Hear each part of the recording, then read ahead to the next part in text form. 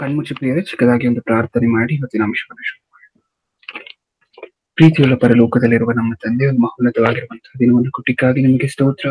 ನೀವು ಕೊಟ್ಟಿರುವಂತಹ ಈ ಅತ್ಯಮೂಲ್ಯವಾಗಿರುವಂತಹ ಗಳಿಕೆಯಲ್ಲಿ ನಿಮ್ಮ ಅತ್ಯಮೂಲ್ಯವಾಗಿರುವಂತಹ ಮಾತುಗಳನ್ನ ಆಲೋಚನೆ ಮಾಡ್ಲಿಕ್ಕೆ ಹೊರಟಿದ್ದೀವಿ ಅಪ್ಪ.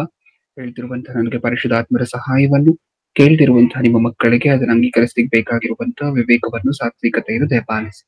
ನನ್ನ ಪ್ರಾರ್ಥನೆ ಯೇಸು ಕ್ರಿಸ್ತರ ನಾಮದಲ್ಲಿ ಸಮರ್ಪಿಸಿ ಬೇಡಿಕೊಳ್ಳುತ್ತಿದ್ದೇನೆ, ಪರಲೋಕದಲ್ಲಿರುವ ನಮ್ಮ ತಂದೆ, ಆಮೆನ್. ಪ್ರಿಯರಾದ ದೇವಜನರೇ, ಮೊಟ್ಟ ಮೊದಲನೇದಾಗಿ ಸಭಾಪಾಲಕರಿಗೆ ಹಾಗೆ ಸಭೆಯ ಎಲ್ಲ ಸದಸ್ಯರಿಗೆ ಯೇಸು ಕ್ರಿಸ್ತರ ನಾಮದಲ್ಲಿ ವಂದನೆಗಳು, ಕೃತಜ್ಞತೆಗಳು. ಪ್ರಿಯರೇ, ತುಂಬಾ ಸಂತೋಷ. ಕಳೆದ 3 ವಾರಗಳಿಂದ ನಿಮ್ಮೆಲ್ಲರ ಜೊತೆ ಸೇರಿ ನಾವೆಲ್ಲರೂ ದೇವರ ವಾಕ್ಯವನ್ನು ಆಲೋಚನೆ ಮಾಡ್ತಿರುವಂತಹದ್ದು ಬಹಳ ಖುಷಿ ಕೊಡುವಂತಹ, ಸಂತೋಷ ಕೊಡುವಂತಹ ವಿಚಾರ. ಹೌದಾ? ಕಳೆದ 3 ವಾರಗಳಿಂದ ಬಹಳ ತಿಳ್ಕೊಂಡು ಅರ್ಥ ಮಾಡ್ಕೊಂಡಿದೀವಿ ಅಂತ ನನಗನ್ಸತ್ತೆ. ಬರ್ತಿಟ್ಕೊಂಡಿರುವಂತಹ ಮ್ಯಾಟರ್ ಅನ್ನ ಮತ್ತೆ ಮತ್ತೆ ಮೆಲುಕು ಹಾಕ್ತಿದೀವಿ ಅಂತ ಅನ್ಸತ್ತೆ. ಓಕೆ, ಹಾಗಿದ್ರೆ ಇವತ್ತು ನಾವು ಆಲೋಚನೆ ಮಾಡ್ತಿರುವಂತಹ ಅಂಶ ಈಗಾಗಲೇ ಪ್ರಕಟಿಸಿರೋ ಹಾಗೆ ಕ್ರಿಸ್ತನ ಕಷ್ಟಾನುಭವಗಳು. Good Friday message. Good Friday ಹೇಗೂ ಹತ್ತಿರ ಇರೋದ್ರಿಂದ ತುಂಬಾ ನಮಗೆ ಓಕೆ, ಗುಡ್ ಫ್ರೈಡೆ ಮೆಸೇಜ್ ಅಂತ ನೀವು ಬರ್ಕೋಬೇಕಾದ್ರೆ ಟೈಟಲ್ ನ ದಯವಿಟ್ಟು ಗುಡ್ ಫ್ರೈಡೆ ಮೆಸೇಜ್ ಅಂತ ಬರ್ಕೊಂಡು ಪಕ್ಕದಲ್ಲಿ ಬ್ರಾಕೆಟ್ ಅಲ್ಲಿ ಕ್ರಿಸ್ತನ ಕಷ್ಟಾನುಭವಗಳು ಅಥವಾ the difficulties of Jesus Christ ಅಂತ ಹೇಳಿ ಬ್ರಾಕೆಟ್ ಅಲ್ಲಿ ಬರ್ಕೊಳ್ಳಿ. ಓಕೆ, ಇಷ್ಟಕ್ಕೂ ಈ ಅಂಶವನ್ನ ಏನಕ್ಕೋಸ್ಕರ ಆಲೋಚನೆ ಮಾಡ್ತಿದೀವಿ? ಗುಡ್ ಫ್ರೈಡೆ ಅಂತ ಹೇಳಿದ್ರೆ ನಾರ್ಮಲ್ ಆಗಿ ನಾವು ಆಲೋಚನೆ ಮಾಡುವಂತಹ ಸಂದೇಶಗಳು ಏನು ಅಂತ ಹೇಳಿದ್ರೆ ಕಡೆಯ 7 ಮಾತುಗಳು. ಹೌದಾ? ಈ ವಿಚಾರಗಳು ಮತ್ತೆ ಕ್ರಿಸ್ತನ ಜೀವನದಲ್ಲಿ ಕಡೆ ದಿವಸ ನಡೆದಂತಹ ಸಂಗತಿಗಳು, ಇದನ್ನ ನಾವು ನಾರ್ಮಲ್ ಆಗಿ ಆಲೋಚನೆ ಮಾಡುವಂತಹದ್ದು. ಹೌದಾ? ಓಕೆ, ಅದಕ್ಕೋಸ್ಕರ ಒಂದು ರೀತಿಯಾಗಿರುವಂತಹ ಹೊಸತನ, ಒಂದು ಡಿಫ್ರೆಂಟ್ ಆಂಗಲ್, ಒಂದು ವಿವಿಧವಾಗಿರುವಂತಹ ಡೈಮೆನ್ಷನ್ ಅಲ್ಲಿ ಇವತ್ತು ಈ ಸಂದೇಶವನ್ನು ಆಲೋಚನೆ ಮಾಡೋಣ ಅಂತ ಹೇಳಿ, ಕ್ರಿಸ್ತನು ಆ ದಿವಸ ಪಟ್ಟಂತಹ ನೋವೇನು, ಬಾಧೆ ಏನು ಅಂತ ಹೇಳಿ ಇವತ್ತು ಅರ್ಥ ಮಾಡ್ಕೊಡ್ಲಿಕ್ಕೆ ಹೊರಟಿದೀವಿ.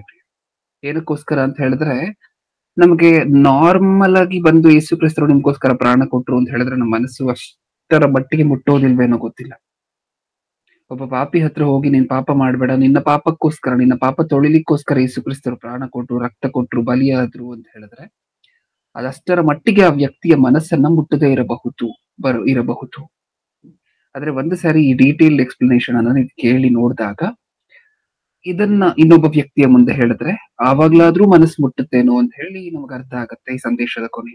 ಓಕೆ, ಎಲ್ಲಿಂದ ಶುರು ಮಾಡೋಣ? ಸಂದೇಶವನ್ನು ಎಲ್ಲಿಂದ ಶುರು ಮಾಡೋಣ?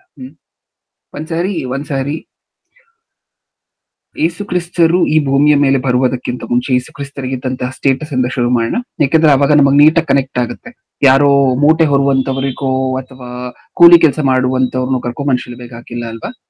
ಯೇಸು ಕ್ರಿಸ್ತರಿಗೆ ಈ ಭೂಮಿಯ ಮೇಲೆ ಬರುವುದಕ್ಕಿಂತ ಹಿಂದೆ ಇದ್ದಂತಹ ಸ್ಟೇಟಸ್ ಏನು ಅಂತ ಹೇಳಿ ಒಂದ್ಸರಿ ಅಲ್ಲಿಂದ ಶುರು ಮಾಡಿದ ಸಂದೇಶವನ್ನ ಗಮನ ಕೊಟ್ಟು ಕೇಳಿಸ್ಕೊಳ್ಳಿ ಪ್ರಿಯರೇ. ಸಂದೇಶವನ್ನು ಶುರು ಮಾಡ್ತಿದೀವಿ.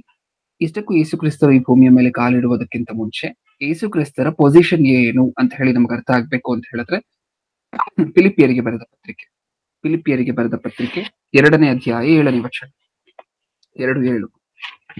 ಫಿಲಿಪಿಯರಿಗೆ ಬರೆದ ಪತ್ರಿಕೆ 2ನೇ ಅಧ್ಯಾಯ 7ನೇ ವಚನ.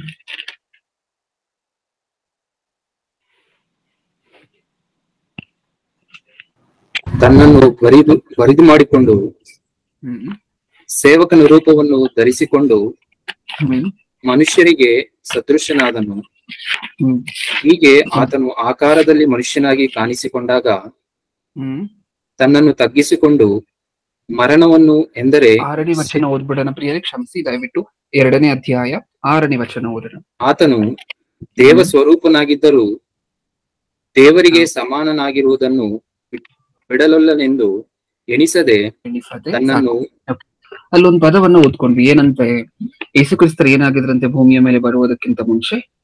ದೇವಕುಮಾರನು, ದೇವರಿಗೆ ಸರಿಸಮಾನನು, ತಂದೆಯಾಗಿರುವಂತಹ ದೇವರಿಗೆ ಸರಿಸಮಾನನು, ಈಕ್ವಲ್. ಅವ್ರಿಗಿದ್ದಂತಹ ಪೊಸಿಷನ್ ಏನು?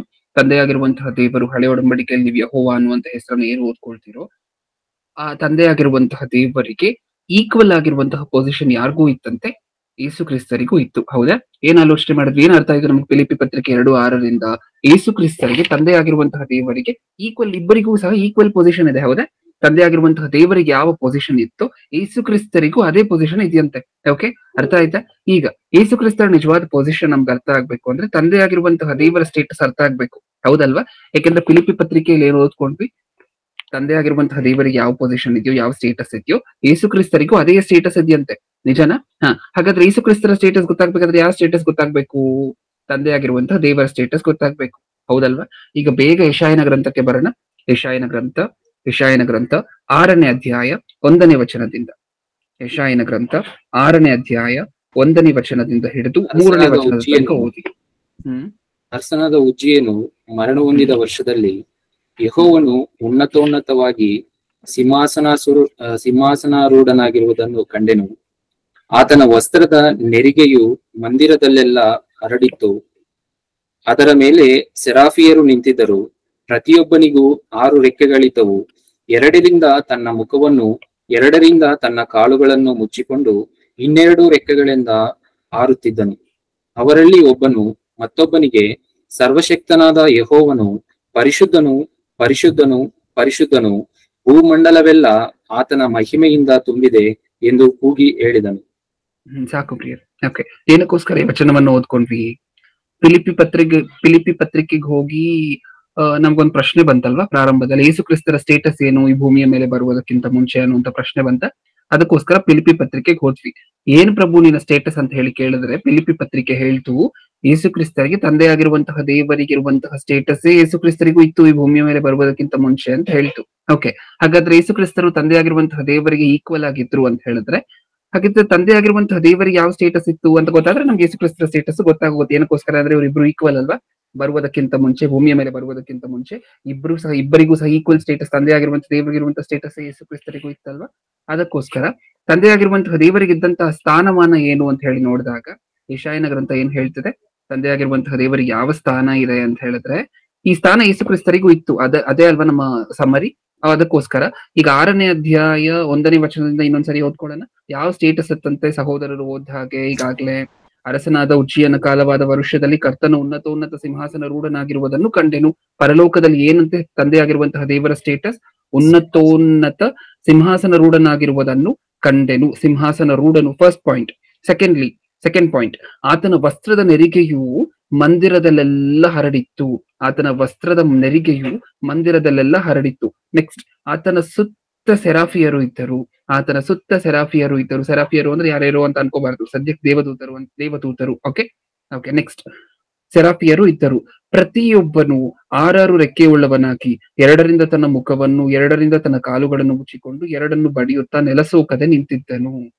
ದೂತರು ಹೇಗ್ ನಿಂತ್ಕೊಂಡಿದಾರಂತೆ ತಂದೆಯಾಗಿರುವಂತಹ ದೇವರ ಮುಂದೆ ನಿಂತ್ಕೊಂಡಿರ್ಬೇಕಾದ್ರೆ ಆ ಪರಿಶುದ್ಧತೆಯನ್ನು ನೋಡ್ಲಿಕ್ಕಾಗದೆ, ಪ್ರಜ್ವಲಿಸುತ್ತಿರುವಂತಹ ಜ್ಯೋತಿಯನ್ನು ನೋಡ್ಲಿಕ್ಕಾಗದೆ 2 ರೆಕ್ಕೆಗಳು, 6 ರೆಕ್ಕೆ ಇದೆ ಟೋಟಲ್ ಆಗಿ. 6 ರೆಕ್ಕೆಗಳಲ್ಲಿ 2ರಿಂದ ಕಣ್ಣನ್ನು ಮುಚ್ಕೊಂಡು 2ರಿಂದ ಕಾಲುಗಳನ್ನು ಮುಚ್ಕೊಂಡು 2ರಿಂದ ಹಾರುತ್ತಾ ನೆಲವನ್ನ ತಾಕದೆ ಏನ್ ಮಾಡ್ತಿದಾರಂತೆ?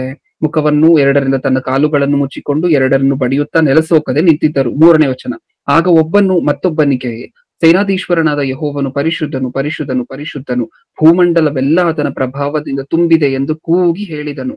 ಕೂಗುವವನ ಶಬ್ದಕ್ಕೆ ದ್ವಾರದ ಅಸ್ಥಿವಾರವು ಕದಲಿತು, ಧೂಮವು ಮಂದಿರದಲ್ಲೆಲ್ಲ ತುಂಬಿತು. ಓಕೆ, ಏನ್ ಅರ್ಥ ಆಯ್ತು ನಮ್ಗೆ ಇದರಿಂದ? ತಂದೆ ಆಗಿರುವಂತಹ ಸ್ಟೇಟಸ್ ಇದು. ಪರಲೋಕದಲ್ಲಿ ತಂದೆ ಆಗಿರುವಂತಹ ದೇವರು ಹೇಗಿದ್ದಾರೆ ಅಂತ ಹೇಳಿ ಇಮ್ಯಾಜಿನ್ ಮಾಡ್ಕೋಬೇಕು ಅಂತ ಹೇಳಿದ್ರೆ, ಊಹೆ ಮಾಡ್ಕೋಬೇಕು ಅಂತ ಹೇಳಿದ್ರೆ ಈ ವಚನಗಳನ್ನ ಓದ್ಬೇಕು. ಹೇಗಿದೆ ಸಿಚುವೇಶನ್ ಪರಲೋಕದಲ್ಲಿ? ಒಂದ್ಸರಿ ಊಹೆ ಮಾಡ್ಕೊಳ್ಳೋಣ. ಇವಾಗ ಓದಂತಹ ವಚನವನ್ನ ಒಂದ್ಸರಿ ಜ್ಞಾನಪಕ್ಕೆ ತಗೊಳ್ಳೋಣ. ಹೇಗಿದೆಯಂತೆ? ಪರಲೋಕ ಇದೆ, ಅಲ್ಲಿ ಉನ್ನತವಾಗಿರುವಂತಹ ಸಿಂಹಾಸನ ಇದೆ, ಅದರ ಮೇಲೆ ತಂದೆಯಾಗಿರುವಂತಹ ದೇವರು ಕೂತಿದ್ದಾರೆ. ಸುತ್ತ ಸೆರಾಫಿಯರು, ದೇವದೂತರು, ಕೋಟಿ ದೇವದೂತರು ನಿಂತಿದ್ದಾರೆ. ಈ ದೇವದೂತರು ಆ ಪರಿಶುದ್ಧತೆಯನ್ನ ನೋಡ್ಲಿಕ್ಕಾಗದೆ ರೆಕ್ಕೆಗಳಿಂದ ತಮ್ಮ ಮೈಯಗಳನ್ನ ಮುಚ್ಕೊಂಡು 2 ರೆಕ್ಕೆಯಿಂದ ಹಾರ್ತಾ ಪರಿಶುದ್ಧರು, ಪರಿಶುದ್ಧರು, ಪರಿಶುದ್ಧರು ಅಂತ ಹೇಳಿ ಜೋರಾಗಿ ಕಿರ್ಚಿ ಆರಾಧನೆ ಮಾಡ್ತಿದ್ದಾರೆ. ಕಿರ್ಚುವವರ ಶಬ್ದಕ್ಕೆ, ಆರಾಧನೆ ಮಾಡುವವರ ದೇವದೂತರ ಶಬ್ದಕ್ಕೆ ಆ ಮಂದಿರದ ಅಸ್ಥಿವಾರ ಕದಲ್ತಿದೆ. ಇದು ಪರಲೋಕದಲ್ಲಿ ತಂದೆಯಾಗಿರುವಂತಹ ದೇವರಿಗಿರುವಂತಹ ಸ್ಟೇಟಸ್. ಈಗ ಹೇಳಿ, ಈ ಸ್ಟೇಟಸ್ ಯಾರಿಗೂ ಇತ್ತಂತೆ?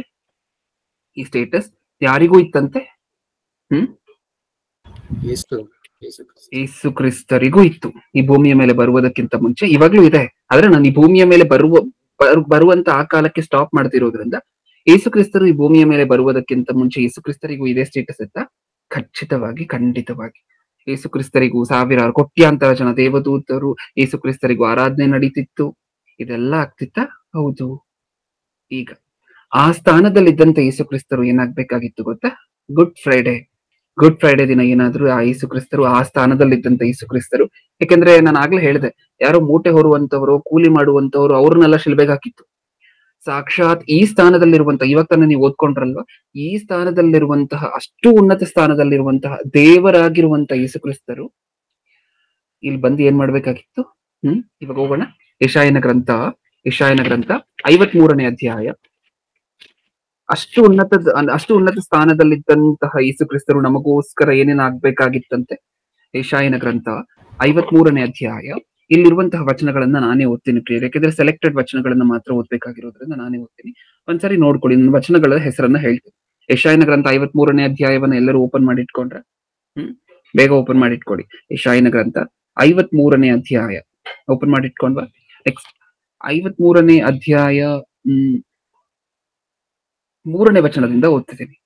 ಅವನು ಧಿಕ್ಕರಿಸಲ್ಪಟ್ಟನು. ಇಲ್ಲಿ ನಮ್ಮ ಅನ್ನುವಂತಹ ಪದ ಎಷ್ಟು ಸರಿ ಸಿಕ್ಕತ್ತೋ ಅಷ್ಟು ಸರಿನೂ ಅಂಡರ್ಲೈನ್ ಮಾಡಿ ಇಟ್ಕೊಳ್ಳಿ. ಈ ಅಧ್ಯಾಯವನ್ನು ಓದಬೇಕಾದ್ರೆ ನಮ್ಮ ಅಪರಾಧಗಳು, ನಮ್ಮ ಪಾಪಗಳು ಅನ್ನುವಂತಹದ್ದು ಎಷ್ಟು ಸರಿ ಸಿಕ್ಕುತ್ತೋ ನಿಮಗೆ ಅಷ್ಟನ್ನು ದಯವಿಟ್ಟು ಅಂಡರ್ಲೈನ್ ಮಾಡಿ ಇಟ್ಕೊಳ್ಳಿ. ಓಕೆ, 53ನೇ ಅಧ್ಯಾಯ 3ನೇ ವಚನ.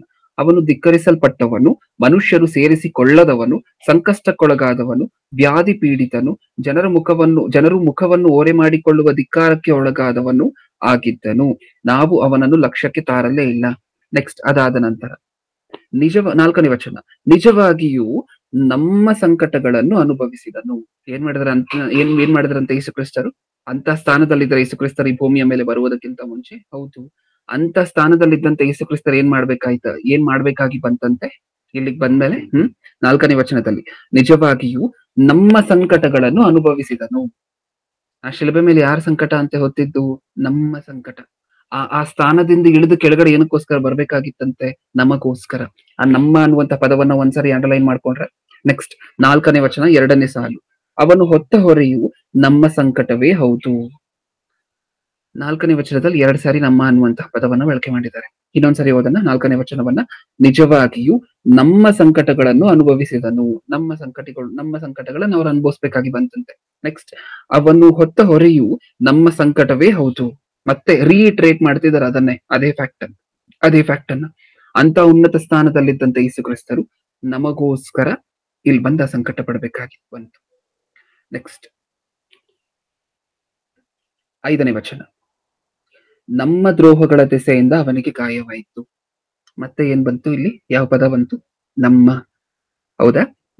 ನಮ್ಮ ದ್ರೋಹಗಳ ದೆಸೆಯಿಂದ ಅವನಿಗೆ ಗಾಯವಾಯಿತು, ನಮ್ಮ ಅಪರಾಧಗಳ ನಿಮಿತ್ತ ಅವನು ಜಜ್ಜಲ್ಪಟ್ಟನು, ನಮಗೆ ಸುಕ್ಷೇಮವನ್ನುಂಟು ಮಾಡುವ ದಂಡನೆಯನ್ನು ಅವನು ಅನುಭವಿಸಿದನು, ಅವನ ಬಾಸುಂಡೆಗಳಿಂದ ನಮಗೆ ಗುಣವಾಯಿತು.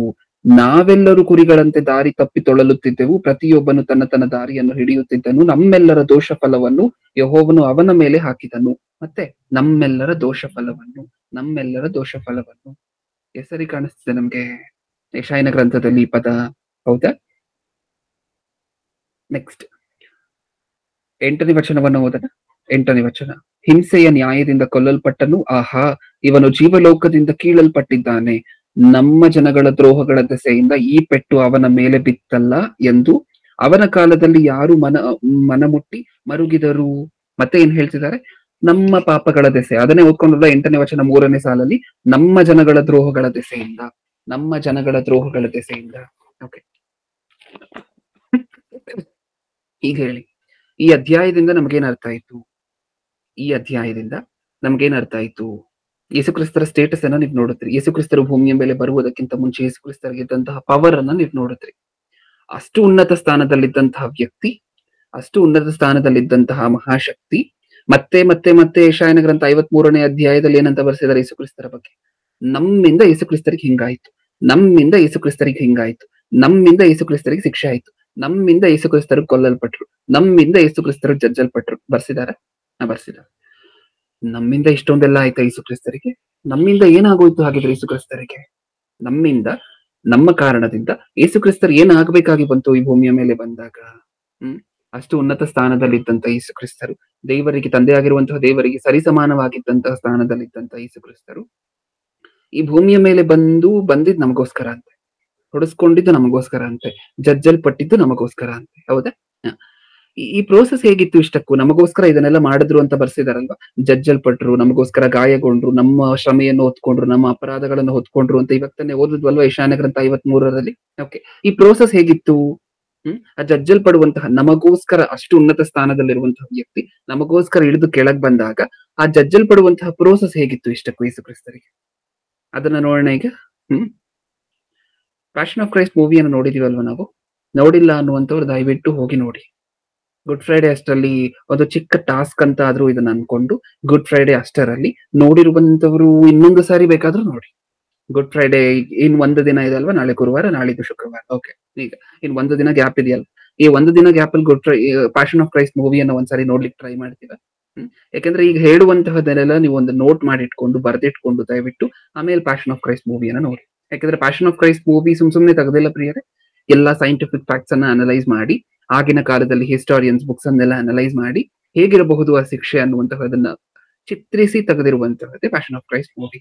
ಓಕೆ, ಈಗ ನಾವು ನೋಡುವುದಕ್ಕೆ ಶುರು ಮಾಡೋಣ ಯೇಸು ಕ್ರಿಸ್ತರ ಶ್ರಮೆಯನ್ನ, ಯೇಸು ಕ್ರಿಸ್ತರ ಬಾಧೆಯನ್ನ. ಆ ಸ್ಥಾನದಲ್ಲಿ ದೇವರಿಗೆ ಸರಿಸಮಾನವಾಗಿರುವಂತಹ ಸ್ಥಾನದಲ್ಲಿದ್ದಂತ ಯೇಸು ಕ್ರಿಸ್ತರು ಭೂಮಿಯ ಮೇಲೆ ಬರ್ಬೇಕಾಗಿ ಬಂತು. ಜಜ್ಜಲ್ಪಡ್ಬೇಕಾಗಿರುವಂತಹ ಪರಿಸ್ಥಿತಿ ಬಂತು, ಗಾಯಗೊಳ್ಬೇಕಾಗಿರುವಂತಹ ಪರಿಸ್ಥಿತಿ ಬಂತು. ಏನಕ್ಕೋಸ್ಕರ? ಸತ್ಯವೇದವನ್ನು ಓಪನ್ ಮಾಡಿ ಸತ್ಯವೇದವನ್ನ ಏನಕ್ಕೋಸ್ಕರ ಬರ್ಬೇಕಾಗಿತ್ತು ಯೇಸು ಕ್ರಿಸ್ತರನ್ನ ಅಂತ ಕೇಳಿದ್ರೆ, ಯೇಸು ಕ್ರಿಸ್ತರ ಏನಕ್ಕೋಸ್ಕರ ಬರ್ಬೇಕಾಗಿತ್ತು ಅಂತ ಸತ್ಯವೇದವನ್ನ ಕೇಳಿದ್ರೆ, ಸತ್ಯವೇದ 10 ಸರಿ ಹೇಳ್ತು ಏನಂತ? ನಮ್ಮ ಪಾಪಗಳು, ನಾವು ಮಾಡಿರುವಂತಹ ತಪ್ಪುಗಳು, ನಮ್ಮ ದೆಸೆಯಿಂದ, ನಮ್ಮ ಅಪರಾಧಗಳ ದೆಸೆಯಿಂದ ಅಂತ ಹೇಳ್ತಾ, ಇಷ್ಟಕ್ಕೂ ನಾವೇನ್ ಮಾಡಿದ್ವಿ?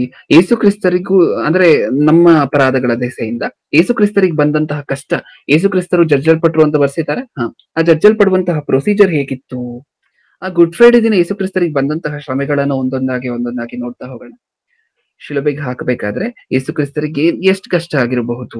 ಹಿಡ್ಕೊಡ್ಬೇಕಾದ್ರೆ ಯೇಸು ಕ್ರಿಸ್ತರನ್ನ ಹಿಡ್ಕೊಟ್ರಲ್ವಾ? ಹಿಡ್ಕೊಟ್ಟ ನಂತರ ಗೆತ್ಸೆಮನೆ ತೋಟದಲ್ಲಿ ಅಲ್ಲಿಂದ ಶುರು ಆಯ್ತಲ್ವಾ ಯೇಸು ಕ್ರಿಸ್ತರನ್ನ ಕಳ್ಕೊಂಡು ಹೋಗುವಂತಹದ್ದು, ಎಳ್ಕೊಂಡು ಹೋಗುವಂತಹದ್ದು, ಮತ್ತೆ ಪ್ರೊಸೀಡಿಂಗ್ಸ್ ಎಲ್ಲ ಅಲ್ಲಿಂದ ಶುರು ಆಯ್ತಲ್ವಾ? ನ್ಯಾಯ ತೀರ್ಪಿಗೆ ಒಳಪಡಿಸುವಂತಹದ್ದು ಶುರು ಆಯ್ತಲ್ಲ.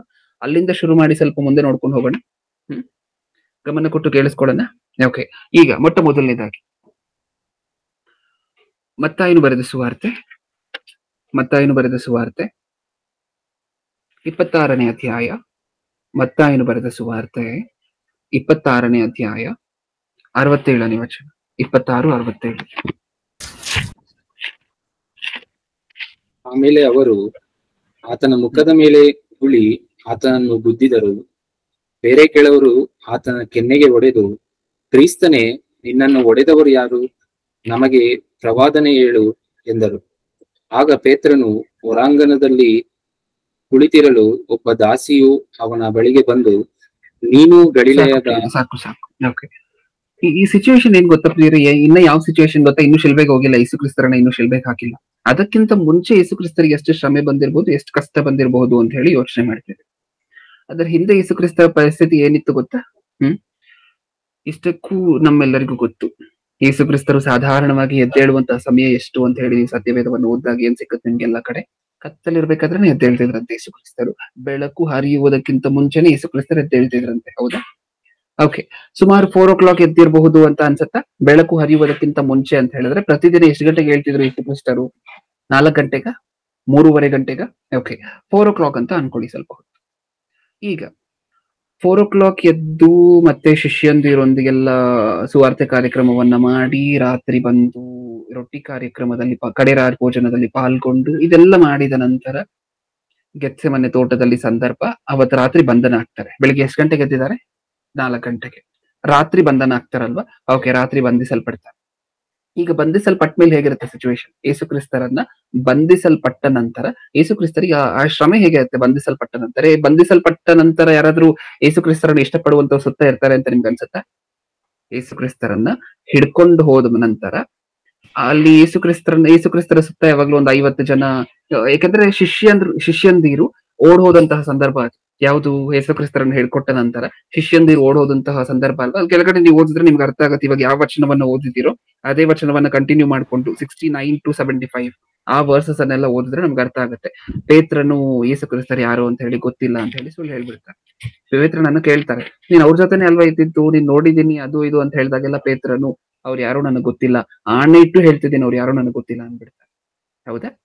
ಹಾಗಾದ್ರೆ ಸುತ್ತ ಇರುವಂತಹ ಶಿಷ್ಯಂದಿರು, ಸುತ್ತ ಇರುವಂತಹ ಜನರೆಲ್ಲ ದೂರ ಆದಂತಹ ಸಂದರ್ಭ ಅದು. ಯೇಸು ಕ್ರಿಸ್ತರನ್ನ ಹಿಡ್ಕೊಟ್ಟ ನಂತರ ಏನೇನಾಗ್ತಿದೆ ಯೇಸು ಕ್ರಿಸ್ತರ ಜೀವನದಲ್ಲಿ? ಇಷ್ಟ ಯೇಸು ಕ್ರಿಸ್ತರನ್ನ ಇಷ್ಟಪಡುವಂತಹ ಜನರೆಲ್ಲರೂ, ಸುತ್ತ ಇರುವಂತಹ ಜನರೆಲ್ಲರೂ ಒಬ್ಬೊಬ್ಬರೇ ದೂರ ಆಗ ಹೋಗ್ತಿದ್ದಾರೆ. ಕೊನೆಗೆ ಯಾರು ಇಲ್ಲ, ಯೇಸು ಕ್ರಿಸ್ತರನ್ನ ಇಷ್ಟಪಡುವಂತವ್ರು ಸುತ್ತ ಯಾರು ಇಲ್ಲ ಹಿಡ್ಕೊಟ್ಟ ನಂತರ. ಇವಾಗ ಹೇಗಿದೆ ಪರಿಸ್ಥಿತಿ? ಸುತ್ತ ರೋಮಾ ಸೈನಿಕರು, ಅವರ ಸುತ್ತ ಶಾಸ್ತ್ರಿಗಳು, ಪರಿಸಾಯರು. ಇವ್ರಿಗೆ ಯಾರನ್ನ ಕಂಡ್ರೆ ಆಗೋದಿಲ್ಲ? ಯೇಸು ಕ್ರಿಸ್ತರನ್ನ ಕಂಡ್ರೆ ಆಗೋದಿಲ್ಲ. ಹೌದಲ್ವಾ?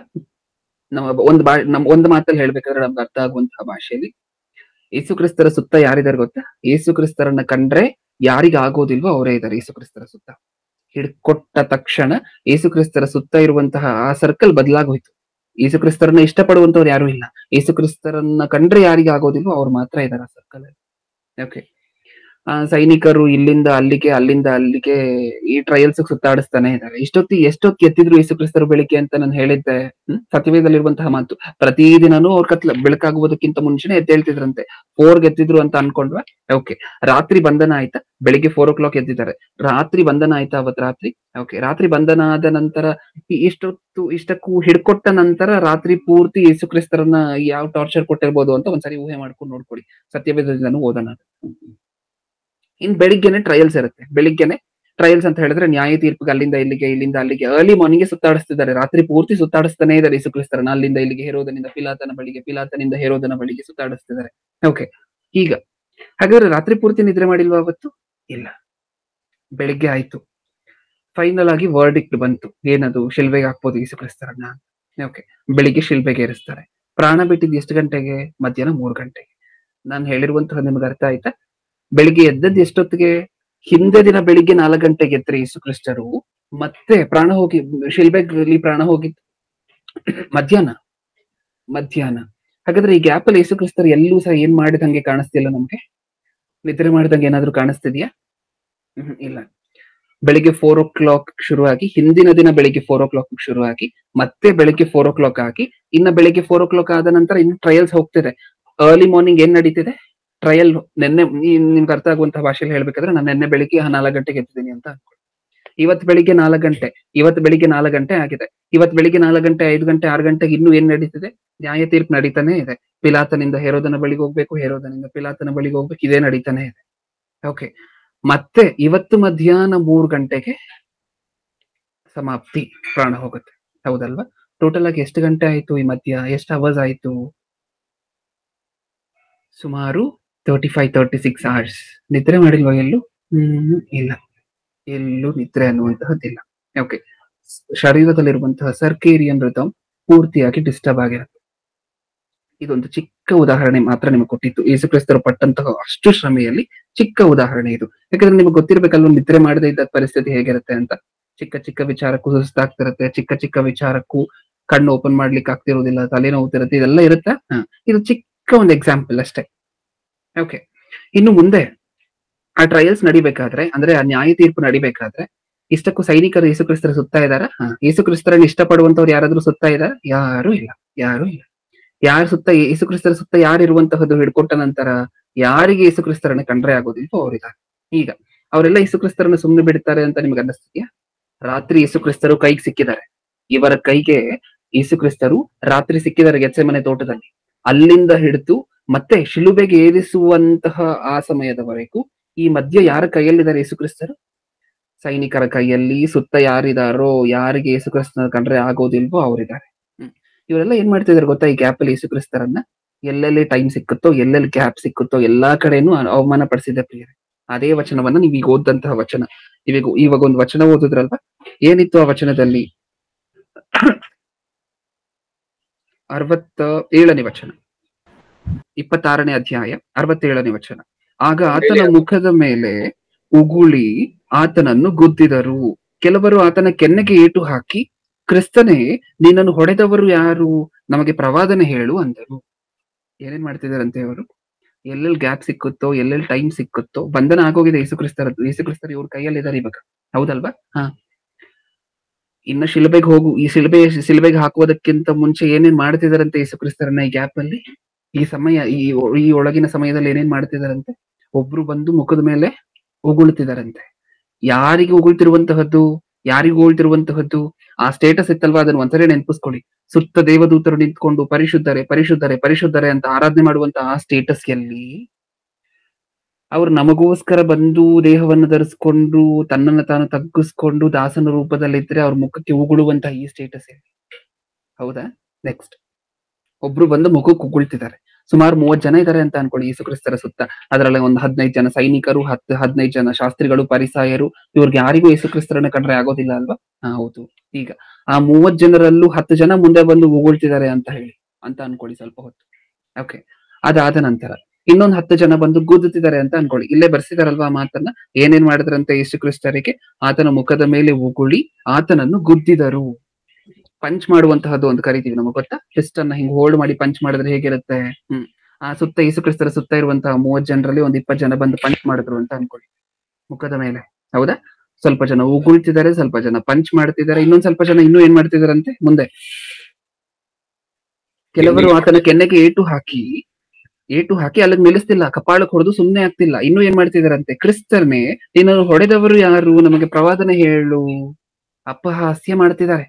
ಇನ್ನೊಂದ್ 10 ಜನ ಬಂದು ಕಪಾಳಕ್ಕೆ ರಪ್ ಅಂತ ಹೊಡೆದು ಇಮಿಡಿಯೇಟ್ ಆಗಿ ಯೇಸು ಕ್ರಿಸ್ತರನ್ನ ಏನಂತ ಕೇಳ್ತಿದ್ದಾರೆ? ಅಷ್ಟು ಜನ ಹೊಡೆದ್ರೆ ಯಾರು ಹೊಡೆದಿದ್ರು ಅಂತ ಗೊತ್ತಾಗತ್ತಾ? ನಮಗಾದ್ರೆ ಗೊತ್ತಾಗಲ್ಲ. ಈಗ ಯೇಸು ಕ್ರಿಸ್ತರನ್ನ ಏನಂತ ಅಪಹಾಸ್ಯ ಮಾಡ್ತಿದ್ದಾರೆ ಬಂದು? 10 ಜನ ಒಟ್ಟಿಗೆ ಹೊಡೆದ್ವಲ್ವಾ? ನಿನ್ಗೆ ಚೆನ್ನಾಗಿತ್ತ ಏಟು? ಯಾರು ಹೊಡೆದಿದ್ ಹೇಳು ನೋಡೋಣ, ಯಾರು ಹೊಡೆದಿದ್ ಹೇಳು ನೋಡೋಣ. ಇಷ್ಟು ಜನ ನಿಂತಿದ್ದೀವಿ ನೀನು ಸುತ್ತ, ಇಷ್ಟು ಜನನು ಸೇರಿ ಹೊಡೆದಿದ್ದೀವಿ. ಈಗ ಯಾರು ಹೊಡೆದಿದ್ ಹೇಳು ನೋಡೋಣ. ನೀನ್ ಪ್ರವಾದಿ ಅಲ್ವಾ? ನೀನ್ ದೇವ್ರಲ್ವಾ? ಹೇಳು ನೋಡೋಣ ಅಂತ ಅಪಹಾಸ್ಯ ಮಾಡ್ತಿದ್ದಾರೆ. ಇದು ಗ್ಯಾಪ್ ಅಲ್ಲಿ ನಡೀತಿರುವಂತಹದ್ದು. ಗೆತ್ಸೆಮನೆ ತೋಟದಲ್ಲಿ ಯೇಸು ಕ್ರಿಸ್ತರ ಬಂಧನ ಆದ ನಂತರ ಶಿಲುಬೆಗೆ ಹಾಕುವುದಕ್ಕಿಂತ ಮುಂಚೆ ಯೇಸು ಕ್ರಿಸ್ತರಿಗೆ ಆಗ್ತಿರುವಂತಹ ಟಾರ್ಚರ್ ಇದೆ. ಹೌದಾ? ಉಗುಳುವಂತಹದ್ದು, ಗುದ್ದುವಂತಹದ್ದು, ಕೆನ್ನೆಗೆ ಹೊಡೆಯುವಂತಹದ್ದು, ಅಪಹಾಸ್ಯ ಮಾಡುವಂತಹದ್ದು, ಇಷ್ಟು ನಡೀತಿದೆ. ನಮಗೆ ಈ ಪರಿಸ್ಥಿತಿ ಬಂತು ಅಂತ ಅನ್ಕೊಳ್ಳಿ, ಹೇಗಿರುತ್ತೆ ಪ್ರಿಯರೇ? ನಮಗೆ ಈ ಪರಿಸ್ಥಿತಿ ಬಂತು ಅಂತ ಅನ್ಕೊಳ್ಳಿ. ನಡು ರಸ್ತೆಯಲ್ಲಿ ನಿಲ್ಸಿ ಒಂದ್ 50 ಜನ 60 ಜನ ಸೇರಿ ಒಬ್ರು ಕುದ್ದುತ್ತಿದ್ದಾರೆ, ಒಬ್ರು ಉಗುಳ್ತಿದ್ದಾರೆ, ಒಬ್ರು ಕಪಾಳಕ್ಕೆ ಹೊಡಿತಿದ್ದಾರೆ ಅಂತ ಅನ್ಕೊಳ್ಳಿ. ಹೇಗಿರುತ್ತೆ ಪರಿಸ್ಥಿತಿ? ನಮ್ ಪರವಾಗಿ ಯಾರು ಇಲ್ಲ ಇಲ್ಲಿ. ಯೇಸು ಕ್ರಿಸ್ತರ ಪರವಾಗಿ ಯಾರು ಇಲ್ಲ. ಅಪೊಸ್ತಲರಿಲ್ಲ, ಪಕ್ಕದಲ್ಲಿ ಶಿಷ್ಯಂದಿರಿಲ್ಲ, ಯಾರು ಇಲ್ಲ. ಯೇಸು ಕ್ರಿಸ್ತರಿಗೆ ಯೇಸು ಕ್ರಿಸ್ತರನ್ನ ಇಷ್ಟಪಡುವಂತವ್ರು ಯಾರು ಇಲ್ಲ. ಯಾಕಂದ್ರೆ ಬಂಧನ ಆಗೋಗಿದೆ. ಹೌದಲ್ವಾ? ನಮಗೆ ಸಪೋರ್ಟ್ ಮಾಡುವಂತವ್ರು ಯಾರು ಇಲ್ಲ.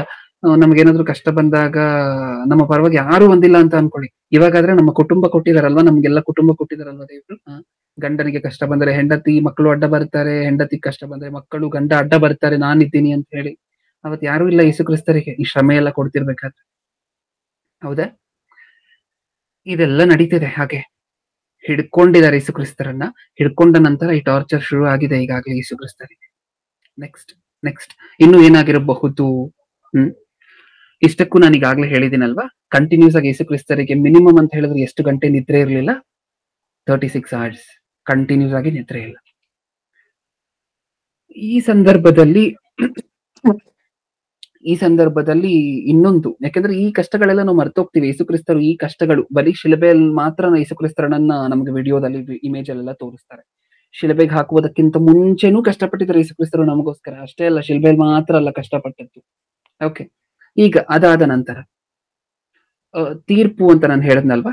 ಈಗ ಹಿಡ್ಕೊಂಡಿರುವಂತಹ ಸೈನಿಕರು, ಹಿಡ್ಕೊಂಡಿರುವಂತಹ ಜನ ಎಲ್ಲ ರಾಜನ ಹತ್ರ ಕರ್ಕೊಂಡು ಹೋಗ್ತಾರಲ್ಲ, ಗವರ್ನರ್ ಹತ್ರ ಕರ್ಕೊಂಡು ಹೋದ್ರು ಜನ ಎಲ್ಲ. ಯಾರು ಗವರ್ನರ್? ಯಾರು? ಪಿಲಾತನು. ಈಗ ಪಿಲಾತನ ಹತ್ರ ಕರ್ಕೊಂಡು ಹೋದ ನಂತರ ಪಿಲಾತನು ಈ ಮ್ಯಾಟರ್ ಡೀಲ್ ಮಾಡ್ಬೇಕಾಗಿರುವಂತಹದ್ದು ಅರಸನಾಗಿರುವಂತಹ ಹೇರೋದನು ಅಂತ ಹೇಳಿ ಹೇರೋದನ ಬಳಿ ಕಳಿಸ್ತಾರೆ. ಈಗ ಪಿಲಾತನಿಂದ ಮತ್ತೆ ಯೇಸು ಕ್ರಿಸ್ತರನ್ನ ಎಲ್ಲಿಗೆ ಕರ್ಕೊಂಡು ಬರ್ತಿದ್ದಾರೆ? ಹೇರೋದನ ಬಳಿಗೆ. ಈಗ ಹೇರೋದನು ಮತ್ತೆ ಪಿಲಾತನ ಬಳಿಗೆ. ಹೇರೋದನು ಸ್ವಲ್ಪ ಕಾಮಿಡಿ ಮಾಡಿ ಯೇಸು ಕ್ರಿಸ್ತರನ್ನ ತನ್ನ ಕೋರ್ಟ್ ಅಲ್ಲಿ ನಿಲ್ಲಿಸ್ಕೊಂಡು, ತನ್ನ ಅಂಗಳದಲ್ಲಿ ನಿಲ್ಲಿಸ್ಕೊಂಡು ಸ್ವಲ್ಪ ಅಪಹಾಸ್ಯ ಮಾಡಿ, ಆತನೂ ಸ್ವಲ್ಪ ಎಂಜಾಯ್ ಮಾಡಿ, ಅಂದ್ರೆ ಯೇಸು ಕ್ರಿಸ್ತರಿಗೆ ಇಷ್ಟ ಇಲ್ಲ ಯೇಸು ಕ್ರಿಸ್ತರನ್ನ ನೋಡಿ ಪರಿಹಾಸ್ಯ ಮಾಡುವಂತಹದ್ದು, ನಗಾಡುವಂತಹದ್ದು, ಇದನ್ನೆಲ್ಲ ಮಾಡಿ ಆತನ ಕಂಪ್ನಿ ಎಲ್ಲ ಪೂರ್ತಿ ಒಂದು ಕಾಮಿಡಿ ಶೋ ಅರೇಂಜ್ ಮಾಡ್ಕೊಂಡು ಯೇಸು ಕ್ರಿಸ್ತರನ್ನ ಅಲ್ಲಿಂದ ಪರಿಹಾಸ್ಯ ಮಾಡಿ ಮತ್ತೆ ಪಿಲಾತನ ಬಳಿಗೆ ಕಳಿಸ್ತಾರೆ. ನಮ್ಗೆ ಅರ್ಥ ಆಯ್ತಾ? ಪಿಲಾತನ ಬಳಿಗೆ ಫಸ್ಟ್ ಕರ್ಕೊಂಡು ಹೋದ್ರು, ಪಿಲಾತನು ಹೇರೋದನ ಬಳಿಗೆ ಕಳ್ಸಿದ್ರು, ಮತ್ತೆ ಪಿಲಾತನಿಂದ ಹೇರೋದನ ಬಳಿಗೆ ಹೋಗ್ಬೇಕಾಗಿರುವಂತ ಅನಿವಾರ್ಯತೆ ಬಂತ, ಮತ್ತೆ ಹೇರೋದನಿಂದ ಮತ್ತೆ ಪಿಲಾತನ ಬಳಿಗೆ ಬರ್ಬೇಕಾಗಿರುವಂತ ಅನಿವಾರ್ಯತೆ ಬಂತು. ಹಾಗಾದ್ರೆ ಯೇಸು ಕ್ರಿಸ್ತರು ಟ್ರಾವೆಲ್ ಮಾಡಿದಂತಹ ಟೋಟಲ್ ಡಿಸ್ಟೆನ್ಸ್ ಎಷ್ಟು? ಸುಮಾರು 2.5 ಮೈಲಿ. ನಮ್ಗೆ ಅರ್ಥ ಆಗುವಂತ ಭಾಷೆಯಲ್ಲಿ ಹೇಳ್ಬೇಕಾದ್ರೆ ಸುಮಾರು 4.5 5 ಕಿಲೋಮೀಟರ್ಗಳು ಕಾಲ್ನಡಿಗೆಯಲ್ಲಿ ಟ್ರಾವೆಲ್ ಮಾಡಿತ್ತು. ಕಾಲ್ನಡಿಗೆಯಲ್ಲಿ ಟ್ರಾವೆಲ್ ಮಾಡ್ಬೇಕಾದ್ರೆ ಇದಾರಲ್ವಾ ಸುತ್ತ ಈ ಜನ ಇದಾರಲ್ವಾ, ಇವ್ರು ಏನ್ ಮಾಡ್ತಿದ್ದಾರೆ ಗ್ಯಾಪ್ ಅಲ್ಲಿ? ಉಗುಳುವಂತಹದೊಬ್ರು, ಗುದ್ದುವಂತಹದೊಬ್ರು, ಕಪಾಳಕ್ಕೆ ಹೊಡೆಯುವಂತಹದ್ದು ಇನ್ನೊಬ್ರು. ಹೌದಾ? ಹೌದು. ನಿದ್ರೆ ಇಲ್ಲ, ಊಟ ಇಲ್ಲ. ಹೌದಾ? ಸುತ್ತ ಯಾರು ಧೈರ್ಯ ಪಡಿಸುವಂತಹ ಜನ ಇಲ್ಲ ಸುತ್ತ. ಎಲ್ಲ ಪರಿಹಾಸ್ಯ ಮಾಡಿ ನಗಾಡುವಂತವರೇ. ಈ ಮಧ್ಯದಲ್ಲಿ 5 ಕಿಲೋಮೀಟರ್ ಸುತ್ತಾಡಿಸ್ತಿದ್ದಾರೆ. ಹೌದಾ? ಆ ಸುತ್ತಾಡುವಂತಹದ್ದು ಯೇಸುಕ್ರಿಸ್ತರನ್ನು ಎಲ್ಲಿಂದ ಎಲ್ಲ ಕಳಿಸಿದ್ರು ಅನ್ನುವಂತಹ ವಿವರಣೆ ಬೇಕು ಅಂತ ಹೇಳಿದ್ರೆ ಲೂಕನು ಬರೆದ ಸುವಾರ್ತೆ 23:6 ಬರೆದಿಟ್ಕೊಳ್ಳಿ. ಆಮೇಲೆ ಲೂಕನು ಬರೆದ ಸುವಾರ್ತೆ 23ನೇ ಅಧ್ಯಾಯ 6ನೇ ವಚನದಿಂದ ಮುಂದೆ ಓದ್ಕೊಂಡು ಹೋಗಿ ದಯವಿಟ್ಟು. ಓಕೆ, ಇದಿಷ್ಟು ಆಯ್ತಾ? ನೆಕ್ಸ್ಟ್, ನೀವು ಹೇಳ್ತಿರುವಂತಹದನ್ನ ನೋಟ್ ಮಾಡ್ಕೊಳ್ತಿದ್ದೀರಾ. ನೀವು ಸಹ ಇದನ್ನ ಇನ್ನೊಬ್ಬರಿಗೆ ಹೇಳ್ಬೇಕಾದ್ರೆ ಕೆಲಸಕ್ಕೆ ಬರುತ್ತೆ ಅನ್ನುವಂತ ಉದ್ದೇಶದಿಂದನೇ ಪ್ರಿಯರೇ ಈ ಸಂದೇಶವನ್ನು ಹೇಳ್ತಿರುವಂತಹದ್ದು. ಓಕೆ, ಈಗ ಅದಾದ ನಂತರ ಇನ್ನು ಏನೇನ್ ಕಷ್ಟ ಬಂದಿರಬಹುದು, ಶಿಲ್ಬೆ ಹಾಕುವುದಕ್ಕಿಂತ ಮುಂಚೆ ಏನೇನ್ ಕಷ್ಟ ಬಂತು ಅಂತ ನೋಡ್ತಿದೀವಿ. ಓಕೆ, ಕೊನೆಗೆ ತೀರ್ಪಾಯ್ತು. ಅರ್ಲಿ ಮಾರ್ನಿಂಗ್ಸ್, ಬೆಳಗ್ಗಿನ ಜಾವದಲ್ಲಿ ತೀರ್ಪಾಗೋಯ್ತು. ನೆಕ್ಸ್ಟ್ ದಿನ ರಾತ್ರಿ ಹಿಡ್ಕೊಂಡಿದ್ದಾರೆ ಯೇಸುಕ್ರಿಸ್ತರನ್ನ. ಬೆಳಿಗ್ಗೆ ಅತಿ ಬೇಗನೆ ಬೆಳಗಿನ ಜಾವದಲ್ಲೇ ತೀರ್ಪು ಅನ್ನುವಂತಹದ್ದಾಯ್ತು. ಈತನನ್ನ ಶಿಲುಬೆಯ ಶಿಕ್ಷೆಗೆ ಈತನು ಅರ್ಹನು ಅನ್ನುವಂತಹ ತೀರ್ಪು ಹೊರಡಿ ಬಂತು. ಓಕೆ, ಈತನನ್ನ ಈಗ ಯೇಸುಕ್ರಿಸ್ತರನ್ನ ಈಗ ಶಿಲುಬೆಗೆ ಹಾಕುವಂತಹ ಸಮಯ ಬಂದಿದೆ. ಶಿಲುಬೆಗೆ ಹಾಕುವುದಕ್ಕಿಂತ ಮುಂಚೆ ರೋಮನ್ ಕಲ್ಚರ್, ರೋಮನ್ ಲಾ ಹೇಗಿತ್ತು ಅಂತ ಹೇಳಿದ್ರೆ, ಆಗಿದ್ದಂತಹ ಪ್ರೊಸೀಜರ್ ಹೇಗಿತ್ತು ಅಂತ ಹೇಳಿದ್ರೆ, ಶಿಲುಬೆಯ ಶಿಕ್ಷೆಗೆ ಯಾರಾದ್ರೂ ಒಳಪಟ್ಟಿದ್ದಾರೆ ಅಂತ ಹೇಳಿದ್ರೆ ಡೈರೆಕ್ಟ್ ಆಗಿ ತಗೊಂಡು ಹೋಗಿ ಶಿಲುಬೆಗೆ ಹಾಕ್ಬಿಡೋದಿಲ್ಲ. ಶಿಲುಬೆಯ ಶಿಕ್ಷೆ ಯಾರಿಗಾದ್ರೂ ಗ್ರಾಂಟ್ ಆಗಿದೆ ಅಂತ ಹೇಳಿದ್ರೆ, ಕ್ರೂಸಿಫಿಕೇಶನ್ ಯಾರಿಗಾದ್ರೂ ಈ ಶಿಕ್ಷೆ ಗ್ರಾಂಟ್ ಆಗಿದೆ ಅಂತ ಹೇಳಿದ್ರೆ ಡೈರೆಕ್ಟ್ ಆಗಿ ತಗೊಂಡು ಹೋಗಿ ಶಿಲುಬೆಯಲ್ಲಿ ಹಾಕೋದಿಲ್ಲ. ಹಾಗಾದ್ರೆ ಏನ್ ಮಾಡ್ತಾರೆ, ಅದಕ್ಕಿಂತ ಮುಂಚೆ ಒಂದು ಪ್ರೊಸೀಜರ್ ಇದೆ, ಫಾಲೋ ಮಾಡುವಂತಹ ಪ್ರೊಸೀಜರ್. ಈ ಪ್ರೊಸೀಜರ್ಗಳೆಲ್ಲ ಆಗಿನ ಕಾಲದಲ್ಲಿ, ಯಾವಾಗ 2000 ವರ್ಷಗಳ ಹಿಂದೆ ಯೇಸುಕ್ರಿಸ್ತರ ಸಮಕಾಲದಲ್ಲಿ ಹಿಸ್ಟಾರಿಯನ್ಸ್ ಇದ್ರಲ್ವ, ಚರಿತ್ರೆ ಬರೆಯುವಂತದ್ದು, ಅವ್ರು ಬರೆದಿರುವಂತಹ ಪುಸ್ತಕಗಳಿರುವಂತಹದ್ದೇ ಪ್ರಿಯರೇ ಇದೆಲ್ಲ. ಅದನ್ನೇ ಪ್ಯಾಷನ್ ಆಫ್ ಕ್ರೈಸ್ಟ್ ಮೂವಿಯಲ್ಲೂ ಸಹ ನಿಮಗೆ ತೋರಿಸಿರುವಂತಹದ್ದು ಯಥಾ ಪ್ರಕಾರ. ಓಕೆ, ಈಗ ಶಿಲುಬೆಯ ಶಿಕ್ಷೆ ಯೇಸುಕ್ರಿಸ್ತರಿಗೆ ಗ್ರಾಂಟ್ ಆಗಿದೆ. ಅದಕ್ಕಿಂತ ಮುಂಚೆ, ಶಿಲುಬೆಗೆ ಹಾಕುವುದಕ್ಕಿಂತ ಮುಂಚೆ ಏನ್ ಮಾಡ್ತಾರೆ, ಶಿಲುಬೆಯ ಶಿಕ್ಷೆ ಯಾರಿಗೆ ಗ್ರಾಂಟ್ ಆಗಿದ್ಯೋ ಅದಕ್ಕಿಂತ ಮುಂಚೆ ಏನ್ ಮಾಡ್ತಾರೆ, ಆ ಮನುಷ್ಯನಿಗೆ ಇನ್ನೊಂದು ರೀತಿಯಾಗಿರುವಂತಹ ಟಾರ್ಚರ್ ಇದೆ, ಶಿಕ್ಷೆ ಇದೆ. ಏನ್ ಮಾಡ್ತಾರೆ, ಒಂದು ಕಂಬಕ್ಕೆ ಎರಡೂ ಕೈಯನ್ನ ಕಟ್ಟಿ ಈ ಶೋಲ್ಡರ್ ಇದೆಯಲ್ವಾ, ಈ ಭುಜದಿಂದ ಮಂಡಿ ಕಾಲ್ವರೆಗೂ ಹೊಡೆಯುವಂತಹ ಪರ್ಮಿಷನ್ ಇರುತ್ತೆ. ಯಾರಿಗೆ? ಸೈನಿಕರಿಗೆ. ಮತ್ತೆ ಎಲ್ಲಿಂದ ಎಲ್ಲಿಗೆ ಹೊಡಿಬೋದು? ಶೋಲ್ಡರ್ ಇಂದ ಮಂಡಿ ಕಾಲ್ವರೆಗೂ. ಅದರ ಕೆಳಗೆ ಹೊಡೆಯೋಂಗಿಲ್ಲ, ಶೋಲ್ಡರ್ ಇಂದ ಮೇಲೆ ಹೊಡೆಯೋಂಗಿಲ್ಲ. ಓಕೆ, ಈ ಶೋಲ್ಡರ್ ಇಂದ ಮಂಡಿ ಕಾಲ್ವರೆಗೂ ಹೇಗ್ ಬೇಕಾದ್ರೂ ಹೊಡಿಬಹುದು.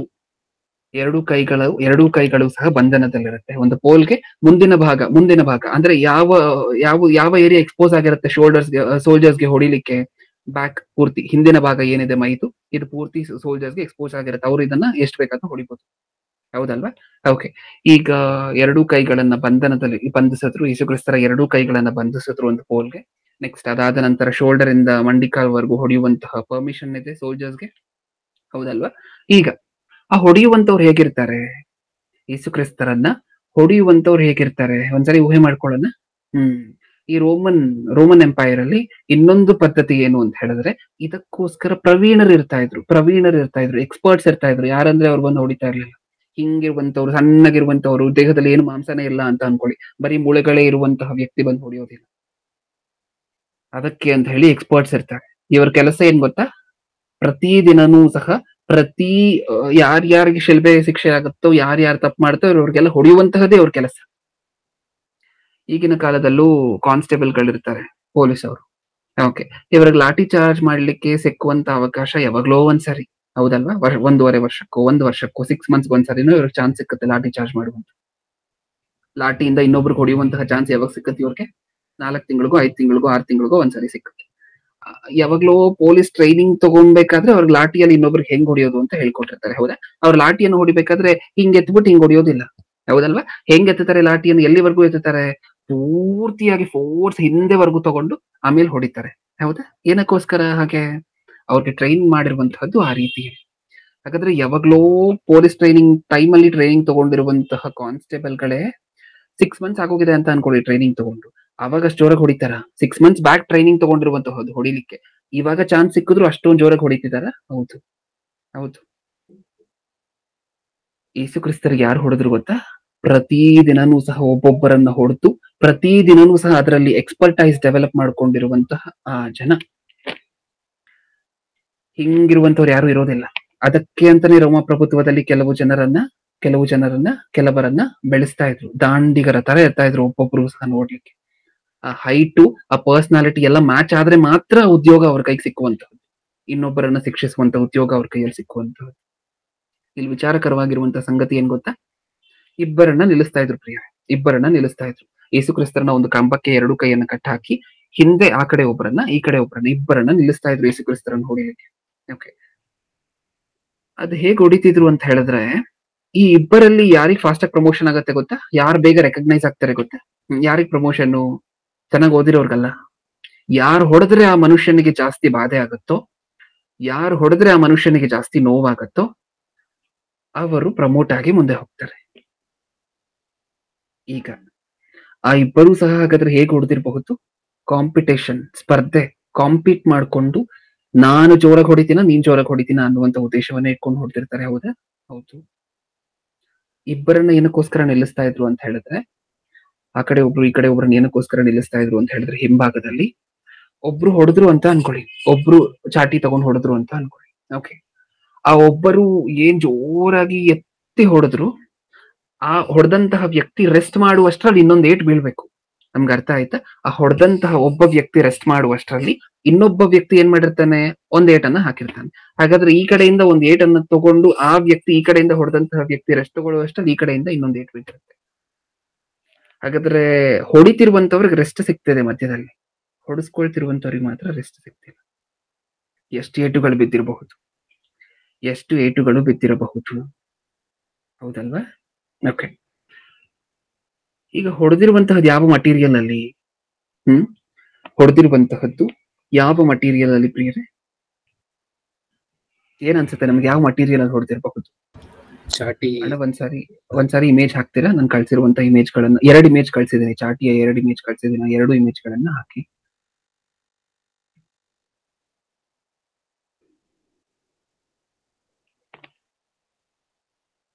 ಅದನ್ನ ಒಂದ್ಸರಿ ನೋಡಿ ಪ್ರಿಯರೇ. ಇದು ಬರೀ ಇಲಸ್ಟ್ರೇಷನ್ ಪರ್ಪಸ್ ಮಾತ್ರ. ಇದಾದ ನಂತರ, ಇದು ನೋಡಿದ ನಂತರ ಚಾಟಿ ಹೇಗಿತ್ತು ಅಂತ ನಾನು ಹೇಳಲಿಕ್ಕೆ ಪ್ರಯತ್ನ ಪಡ್ತೀನಿ. ಓಕೆ, ಅದೇನ್ ಕಾಣಿಸ್ತಿದೆ ನಮಗೆ? ಕೈಯಲ್ಲಿ ಹಿಡ್ಕೊಳ್ಲಿಕ್ಕೆ ಒಂದು ಹ್ಯಾಂಡ್ಲ್ ಇದೆ, ಅದಕ್ಕೆ ಸ್ಟ್ರಿಪ್ಸ್ ಇದೆ, ಹೌದಾ? ಲೆದರ್ ಇಂದ ಮಾಡಿರುವಂತಹ ಸ್ಟ್ರಿಪ್ ಗಳಿದೆ. ಆ ಲೆದರ್ ಇಂದ ಮಾಡಿರುವಂತಹ ಸ್ಟ್ರಿಪ್ಸ್ ಏನೇನ್ ಅಟ್ಯಾಚ್ ಆಗಿದೆ? ಚೂಪಾಗಿರುವಂತಹ ಆಬ್ಜೆಕ್ಟ್ಸ್ ಅಟ್ಯಾಚ್ ಆಗಿದೆ, ಹೌದಾ? ಆ ರೋಮಾ ಪ್ರಭುತ್ವದಲ್ಲಿ ಕಾಲದಲ್ಲಿ ಜನರು ಯಾವ ರೀತಿಯಾಗಿರುವಂತಹ ಚಾಟಿಗಳನ್ನ ಬಳಸ್ತಿದ್ರು ಅನ್ನುವುದರ ಇಲಸ್ಟ್ರೇಷನ್ ಮೇಲೆ ಈ ಇಮೇಜಸ್ ಇರುವಂತಹದ್ದು ಅಷ್ಟೇ. ನೆಕ್ಸ್ಟ್ ಇಮೇಜ್ ಅನ್ನ.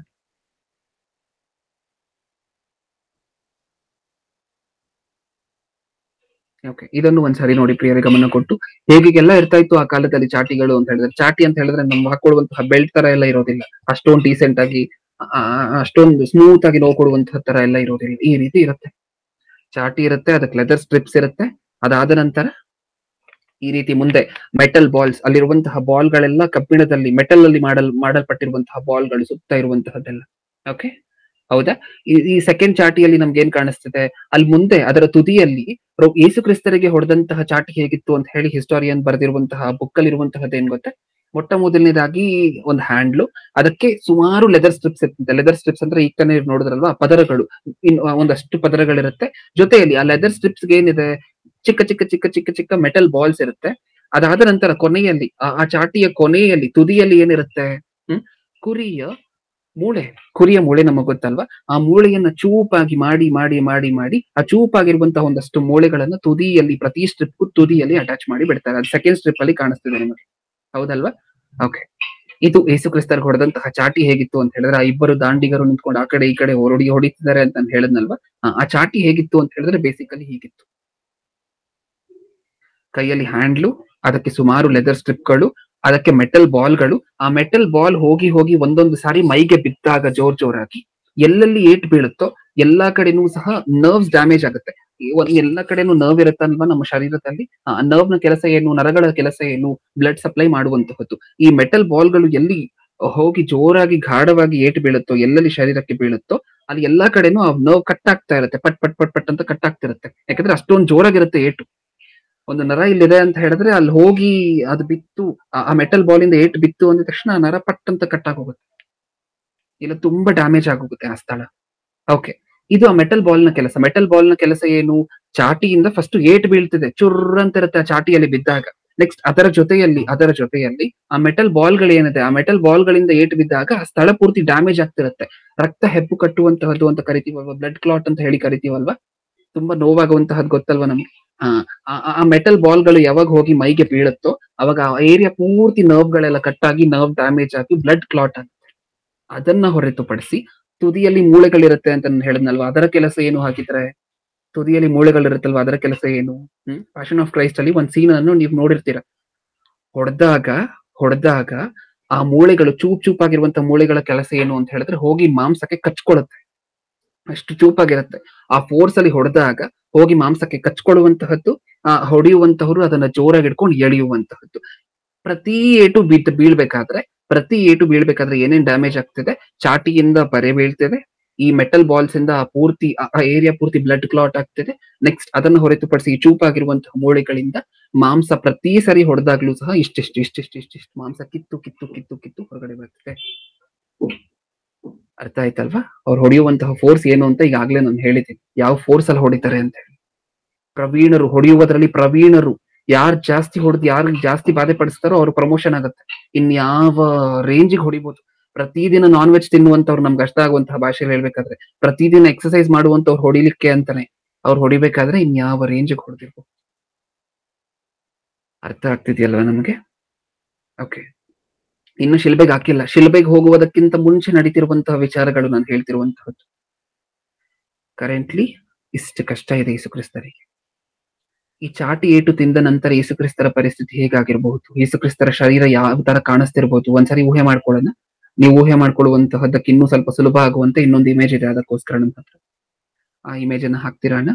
ಚಾಟಿ ಏಟು ತಿಂದ ನಂತರ ಈ ಮೂಳೆಗಳು ಹೋಗಿ ಸ್ವಲ್ಪ ಸ್ವಲ್ಪನೇ ಮಾಂಸವನ್ನ ಕಿತ್ಕೊಂಡ್ ಬರ್ತಿರ್ಬೇಕಾದ್ರೆ ಕೊನೆಯಲ್ಲಿ ಚಾಟಿ ಏಟಿನ ಕಾರ್ಯಕ್ರಮ ಮುಗಿದ ನಂತರ ಯೇಸುಕ್ರಿಸ್ತರ ಶರೀರದ ಪರಿಸ್ಥಿತಿ ಹೇಗಿರಬಹುದು ಅಂತ ಹೇಳಿದ್ರೆ ಹೀಗಿರಬಹುದು. ಇವಾಗ ನೀವು ನೋಡ್ತಿದ್ದೀರಲ್ವಾ, ಆ ಚಾಟಿ ಏಟು ಪ್ರತಿ ಸರಿನೂ ಹೊಡಿಬೇಕಾದ್ರೆ ಅದು ಹೋಗಿ ಒಂದಷ್ಟು ಮಾಂಸವನ್ನ ಕಿತ್ಕೊಂಡ್ ಹೊರಗಡೆ ಬರ್ತಿದೆ. ಅಲ್ಲಿ ನೋಡಿದ್ವಲ್ವಾ ಎಷ್ಟು ದೊಡ್ಡ ಗಾಯ ಆಗಿದೆ ಅಂತ ಹೇಳಿ, ಎಷ್ಟು ಕಡೆ ಸ್ಕಿನ್ ಓಪನ್ ಆಗಿದೆ ಅಂತ ಹೇಳಿ. ಹೌದಾ? ಹಾ, ಹೀಗಿರಬಹುದು ಯೇಸುಕ್ರಿಸ್ತರ ಪರಿಸ್ಥಿತಿ ಆ ಚಾಟಿಗಳಿಂದ ಏಟು ತಿಂದಾಗ. ನೆಕ್ಸ್ಟ್ ಇದಾದ ನಂತರ ಈಗ ಬ್ಲಡ್ ಲಾಸ್. ಇಷ್ಟು ಗಾಯ ಆಗಿದೆ ಅಂತ ಹೇಳಿದ್ರೆ, ಇಷ್ಟು ಕಡೆ ದೇಹದಲ್ಲಿ ಸ್ಕಿನ್ ಓಪನ್ ಆಗಿದೆ ಅಂತ ಹೇಳಿದ್ರೆ, ಇಷ್ಟು ಕಡೆ ಮಾಂಸ ಕಿತ್ಕೊಂಡು ಹೊರಗಡೆ ಬಂದಿದೆ ಅಂತ ಹೇಳಿದ್ರೆ ಎಷ್ಟು ಬ್ಲಡ್ ಲಾಸ್ ಆಗಿರ್ಬೋದು.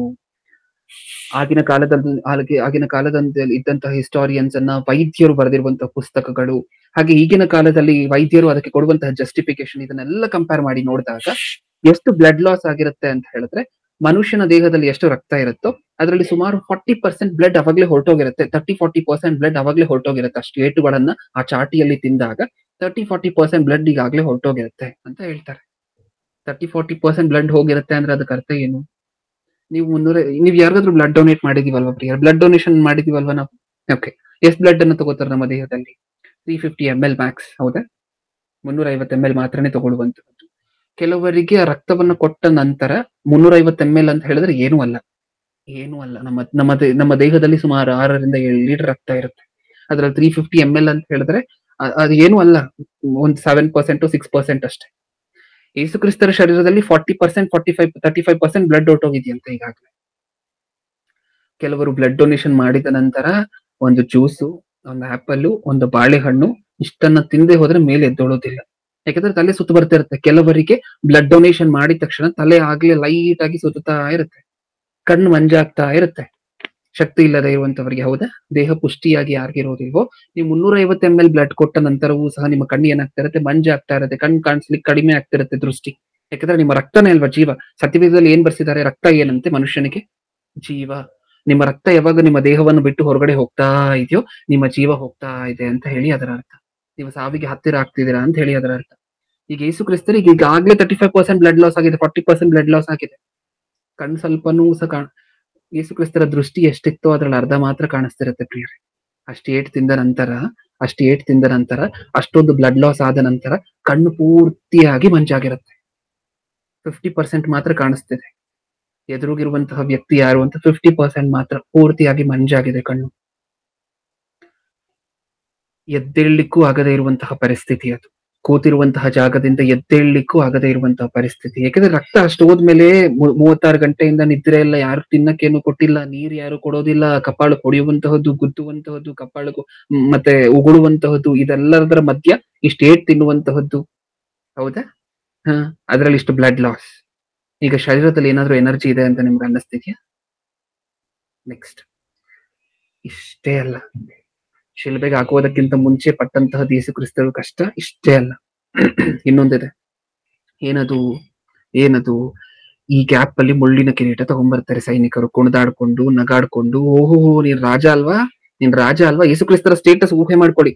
ಮುಂಚೆ ಈ ಲೋಕಕ್ಕೆ ಬರುವುದಕ್ಕಿಂತ ಮುಂಚೆ ಯೇಸು ಕ್ರಿಸ್ತರು ಯಾವ ಹಂತ ಇತ್ತು, ಯಾವ ಹಂತದಲ್ಲಿ ಇದ್ರು ಯೇಸು ಕ್ರಿಸ್ತರು ಇಷ್ಟಕ್ಕೂ. ಆ ಹಂತದಿಂದ ಹಂತ ಏನು, ಇಲ್ಲಿ ಬಂದು ಇವ್ರ ಹತ್ರ ಉಗುಳಿಸ್ಕೊಂಡು, ಹೊಡೆಸ್ಕೊಂಡು, ಗುದ್ದಿಸ್ಕೊಂಡು, ಚಾಟಿ ಏಟ್ ತಿನ್ಕೊಂಡು, ಅದಾದ ನಂತರ ಮುಳ್ಳು ಕಿರೀಟ ಬೇರೆ ತಗೊಂಡ್ಬರ್ತಾರೆ. ಯಾಕಂದ್ರೆ ಅಲ್ಲಿರುವಂತಹ ಸೈನಿಕರಿಗೆಲ್ಲ ಕ್ರೇಜ್ ಅದು.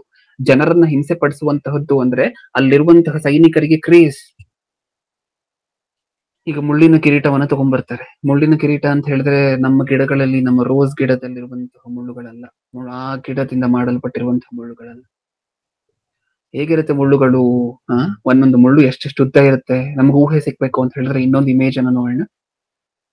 ಕೆಲವು ಮರಗಳಿಂದ ತಗೊಂಡ್ಬರ್ತಾ ಇದ್ರು ಮುಳ್ಳುಗಳನ್ನ, ಮುಳ್ಳು ಕಿರೀಟ ಮಾಡ್ಲಿಕ್ಕೆ. ಪೂರ್ತಿಯಾಗಿ ಝೂಮ್ ಮಾಡಿ ಅಣ್ಣ, ಮುಳ್ಳು ಮಾತ್ರ ನಮಗ್ ಫೋಕಸ್ ಮಾಡಿಸಿ ತೋರಿಸಿ. ಒಂದೊಂದು ಮುಳ್ಳು ಎಷ್ಟೆಷ್ಟು ಉದ್ದ ಇರಬಹುದು? ಹಿಸ್ಟೋರಿಯನ್ಸ್ ಅನ್ನ ಕೇಳಿದ್ರೆ 3.5 ಇಂಚ್ ವರೆಗೂ ಇರ್ತಾ ಇತ್ತಂತೆ ಮುಳ್ಳುಗಳು. ಒಂದು ಮುಳ್ಳು, ನಿಮ್ಮ ಕೈಯನ್ನು ಒಂದ್ಸರಿ 3.5 ಇಂಚ್ ಅಂತ ಹೇಳಿದ್ರೆ ಎಷ್ಟು ಅಂತ ಹೇಳಿ ಒಂದ್ಸರಿ ನೋಡ್ಕೊಳ್ಳಿ. ನಿಮ್ಮ ಅಂಗೈಯಲ್ಲಿ ಅರ್ಧ ಬರುತ್ತೆ, ಈ ಅಂಗೈಯಲ್ಲಿ ಅರ್ಧ ಇರುತ್ತೆ, ಅರ್ಧ ಸೈಜ್. 3.5 ಇಂಚ್ ಒಂದೊಂದು ಮುಳ್ಳುಗಳು, 3.5 ಇಂಚ್ 3 ಇಂಚ್ ಇರುತ್ತಂತೆ. ಅದನ್ನ ತಗೊಂಬಂದ್ ಹಂಗೆ ಇಡ್ತಾರೆ ಅಂತ ಅನ್ಕೊಂಡಿದೀವ ನಾವು? ಆ ಸುತ್ತ ಇರುವಂತಹ ಮುಳ್ಳುಗಳನ್ನ ತಗೊಂಬಂದ್ ಸುಮ್ನೆ ತಲೆ ಮೇಲೆ ಇಟ್ಟು ಸುಮ್ನೆ ಆಗೋಗ್ತಾರೆ ಅಂತ ಅನ್ಕೊಂಡಿದೀವ ನಾವು? ಆ ಮುಳ್ಳು ಕಿರೀಟವನ್ನ ತಲೆ ಮೇಲೆ ಇಟ್ಟು ಆ ಕಡೆ ಒಬ್ರು, ಈ ಕಡೆ ಒಬ್ರು, ಈ ಕಡೆ ಒಬ್ರು, ಆ ಕಡೆ ಒಬ್ರು ಹಿಡ್ಕೊಂಡು 4 ಜನನು ಎಷ್ಟಾಗುತ್ತೋ ಅಷ್ಟು ಪ್ರೆಸ್ ಮಾಡ್ತಾರೆ ಅದನ್ನಿಟ್ಟು. ನಮ್ಗೆ ಅರ್ಥ ಆಯ್ತಾ? ಆ ಮುಳ್ಳು ಕಿರೀಟವನ್ನ ತಲೆ ಮೇಲೆ, ಈಗಾಗ್ಲೇ ಯೇಸುಕ್ರಿಸ್ತರ ಪರಿಸ್ಥಿತಿ ಏನು ಅಂತ ಹೇಳಿ ಊಹೆ ಮಾಡ್ಕೊಡಿ. ಕಣ್ಣು ಕಾಣಿಸ್ತಿಲ್ಲ, ಈಗಾಗ್ಲೇ ಕಣ್ಣು ಮಂಜಾಗೋಗಿದೆ. ನೆಕ್ಸ್ಟ್, ಎದ್ದೇಳ್ಲಿಕ್ಕಾಗದೇ ಇರುವಂತಹ ಪರಿಸ್ಥಿತಿ, ಬ್ಲಡ್ ಲಾಸ್ ಆಗೋಗಿದೆ, ಶರೀರದಲ್ಲಿ ಇವಾಗ್ಲೇ ರಕ್ತ ಇಲ್ಲ. ಈಗ ಈ ಮುಳ್ಳು ಕಿರೀಟವನ್ನ ತಗೊಂಡ್ ಬಂದು ತಲೆ ಮೇಲಿಟ್ಟು 4 ಕಡೆಯಿಂದ 4 ಜನ ಎಷ್ಟು ಪ್ರೆಷರ್ ಕೊಟ್ಟಷ್ಟಾಗತ್ತೋ ಅಷ್ಟು ಒಳಗೆ ಇಟ್ಟು ಅದ್ಮದ್ರೆ ಅದನ್ನ ತಲೆ ಮೇಲೆ. ಹೇಗಿರುತ್ತೆ ಯೇಸುಕ್ರಿಸ್ತರ ಪರಿಸ್ಥಿತಿ? ವಿಶೇಷತೆ ಏನು ಅಂತ ಹೇಳಿದ್ರೆ ಮುಳ್ಳು ಕಿರೀಟವನ್ನ ಎಲ್ರಿಗೂ ಇಡ್ತಾ ಇರ್ಲಿಲ್ಲ ಆಗಿನ ಕಾಲದಲ್ಲಿ. ಮುಳ್ಳು ಕಿರೀಟವನ್ನ ಯೇಸುಕ್ರಿಸ್ತರಿಗೆ ಇಟ್ಟಿದ್ದೇ ಯೇಸುಕ್ರಿಸ್ತರನ್ನ ಪರಿಹಾಸ್ಯ ಮಾಡ್ಬೇಕು ಅಂತ. ಯೇಸುಕ್ರಿಸ್ತರು ಅರಸರು, ಯೇಸುಕ್ರಿಸ್ತರು ಬರ್ಬೇಕಾಗಿರುವಂತಹ ಚಕ್ರವರ್ತಿ ಅಂತ ಯೇಸುಕ್ರಿಸ್ತರು ಹೇಳ್ಕೊಂಡಾಗ, ಯೇಸುಕ್ರಿಸ್ತರು ರಾಜ ಅಂತ ನಾನು ಹೇಳ್ಕೊಂಡಾಗ, ಅದಕ್ಕೆ ಪ್ರತೀಕವಾಗಿ ಅದನ್ನ ಅಪಹಾಸ್ಯ ಮಾಡ್ಬೇಕು ಅಂತಾನೆ ಮುಳ್ಳು ಕಿರೀಟವನ್ನ ಸ್ಪೆಷಲೈಸ್ಡ್ ಆಗಿ ಯೇಸುಕ್ರಿಸ್ತರಿಗೆ ಇಟ್ಟಿತ್ತು. ಎಲ್ರಿಗೂ ಇಡ್ತಿರ್ಲಿಲ್ಲ ಪ್ರಿಯರ ಆ ಕಾಲದಲ್ಲಿ ಮುಳ್ಳು ಕಿರೀಟವನ್ನ. ಶಿಲುಬೆ ಶಿಕ್ಷೆ ಯಾರ್ಯಾರಿಗಾಗುತ್ತೋ ಎಲ್ರಿಗೂ ಇಡ್ತಿರ್ಲಿಲ್ಲ ಮುಳ್ಳು ಕಿರೀಟವನ್ನ. ಈಗ ಮುಳ್ಳು ಕಿರೀಟವನ್ನ ಇಟ್ಟು ಜರೀತಿದ್ದಾರೆ ಎಲ್ಲಾ ಕಡೆನೂ ಸಹ. ಆ ಮುಳ್ಳು ಕಿರೀಟವನ್ನ ತಲೆ ಮೇಲೆ ಇಟ್ಟಾಗ ಅತ್ಯಂತ ಹೆಚ್ಚಾದ ನರ್ವ್ಸ್ ಇರುವಂತಹ ಯಾವ್ದಾದ್ರು ಸ್ಥಳ ಇದೆ ಅಂತ ಹೇಳಿದ್ರೆ ನಮ್ಮ ದೇಹದಲ್ಲಿ ಅದು ತಲೆ. ಚಿಕ್ಕದಾಗಿರುವಂತಹ ಸುನ್ನಿಹಿತವಾಗಿರುವಂತಹ ನರ್ವ್ಸ್, ಅತ್ಯಂತ ಸೂಕ್ಷ್ಮವಾಗಿರುವಂತಹ ಡೆಲಿಕೇಟ್ ಆಗಿರುವಂತಹ ನರ್ವ್ಸ್, ಚಿಕ್ಕ ನರ್ವ್ಸ್ ಎಲ್ಲ ತಲೆಯಲ್ಲಿರುವಂತಹ, ಹೌದಲ್ವಾ? ಈ ಮುಳ್ಳು ಕಿರೀಟವನ್ನ ಇಟ್ಟು ಯಾವಾಗ ಅದಂತಾರೆ, ಆ ನರ್ವ್ ತಲೆಯಲ್ಲಿರುವಂತಹ ಪ್ರತಿ ನರ್ವು ಸಹ ಮೋಸ್ಟ್ ಆಫ್ ದ ನರ್ವ್ಸ್ ಸಹ ಡ್ಯಾಮೇಜ್ ಆಗಿರಬಹುದು. ಇದು ಮೆಡಿಕಲ್ ಪಾಯಿಂಟ್ ಆಫ್ ವ್ಯೂ. ಈಗ ತಲೆಯಲ್ಲಿರುವಂತಹ ನರ್ವ್ಸ್ ಎಲ್ಲ ಡ್ಯಾಮೇಜ್ ಆದ್ರೆ ಪ್ರತಿ ಆರ್ಗ್ಯಾನು ಸಹ ಆಪರೇಟ್ ಆಗುವಂತಹದ್ದು ಅಲ್ಲಿಂದಾನೆ ಅಲ್ವಾ? ಈಗಾಗ್ಲೇ ಕಣ್ ವರ್ಕ್ ಆಗ್ತಿಲ್ಲ, ಈಗಾಗ್ಲೇ ಕಣ್ ಮಂಜಾಗಿದೆ, ಈಗಾಗ್ಲೇ ಕೈ ಕಾಳುಗಳು ಮೇಲೆ ಎದ್ದೇಳ್ತಿಲ್ಲ, ಈಗಾಗ್ಲೇ ಚಾಟಿ ಏಟು ತಿಂದು ಪ್ರತಿ ಅಂಗಾಂಗಕ್ಕೂ ಹೊಡೆದಿರ್ತಾರೆ. ಸೈನಿಕರು ಎಂತವ್ರು ಅಂತ ಹೇಳಿದ್ರೆ ಈ ಅಂಗಾಂಗದಲ್ಲಿ ಗಾಯ ಇಲ್ಲ ಅನ್ನೋಂಗಿರ್ಬಾರ್ದು, ಪ್ರತಿ ಅಂಗಾಂಗಕ್ಕೂ ಡ್ಯಾಮೇಜ್ ಮಾಡೋಣ. ನೀನ್ ಈ ಅಂಗಾಂಗ ಕೊಡಿ, ನಾನು ಈ ಅಂಗಾಂಗಕ್ಕೆ ಫೋಕಸ್ ಮಾಡ್ತೀನಿ, ನೀನ್ ಇಲ್ಲಿ ಹೊಡಿ, ನಿನಗ್ ಸುಸ್ತಾಯ್ತಾ ನಾನು ಹೊಡಿತೀನಿ, ಈ ತರ ಹೊಡೆದಿರ್ತಾರೆ ಹಿಡ್ಕೊಂಡು. ನೆಕ್ಸ್ಟ್, ಅದನ್ನ ಹೊರತುಪಡಿಸಿ ಇದನ್ನ ತಲೆ ಮೇಲೆ ಇಡ್ತಾರೆ. ಇದನ್ನ ತಲೆ ಮೇಲೆ ಇಟ್ಟಾಗ ವಿಪರೀತವಾಗಿರುವಂತಹ ಬಾಧೆ ಅಲ್ವಾ, ನೋವಲ್ವಾ, ಕಷ್ಟ ಅಲ್ವಾ? ಓಕೆ, ಸಮಯ ಆಗ್ತಿರೋದ್ರಿಂದ ಸ್ವಲ್ಪ ಬೇಗ ಕಂಟಿನ್ಯೂ ಮಾಡ್ಕೊಂಡು ಹೋಗೋಣ. ಇದಾದ ನಂತರ ಇನ್ನೊಂದ್ ಸ್ವಲ್ಪ ಹೊತ್ತಾಗುತ್ತೆ. ಇಷ್ಟೊತ್ತು ನಾನು ಹೇಳಿದ್ದು ಶಿಲುಬೆಗೆ ಹಾಕುವುದಕ್ಕಿಂತ ಮುಂಚೆ ಯೇಸುಕ್ರಿಸ್ತರಿಗೆ ಬಂದಂತಹ ಕಷ್ಟಗಳು. ಈಗ ಶಿಲುಬೆಗೆ ಹಾಕುವಂತಹ ಸಮಯ.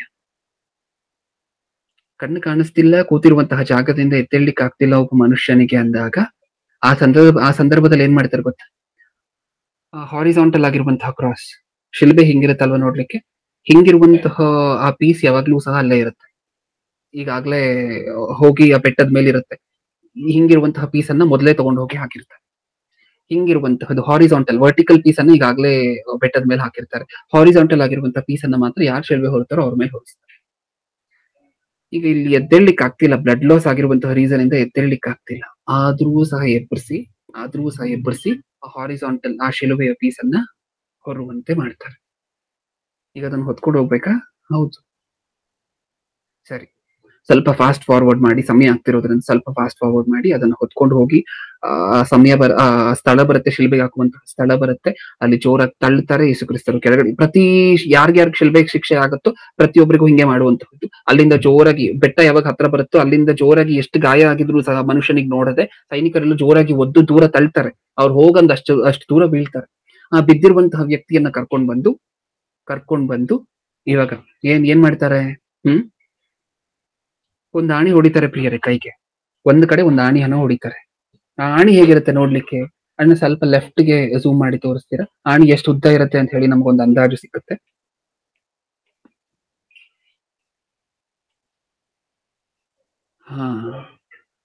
ಆಣಿಗಳು ಆಗಿನ ಕಾಲದಲ್ಲಿ ಶಿಲ್ಬೆಗೋಸ್ಕರ ಉಪಯೋಗ ಮಾಡ್ತಿದ್ದಂತಹ ಆಣಿಗಳು 7 to 9 ಇಂಚಸ್, 7ರಿಂದ 9 ಇಂಚ್ಗಳು ಅಷ್ಟುದ್ದ ಇರುತ್ತೆ.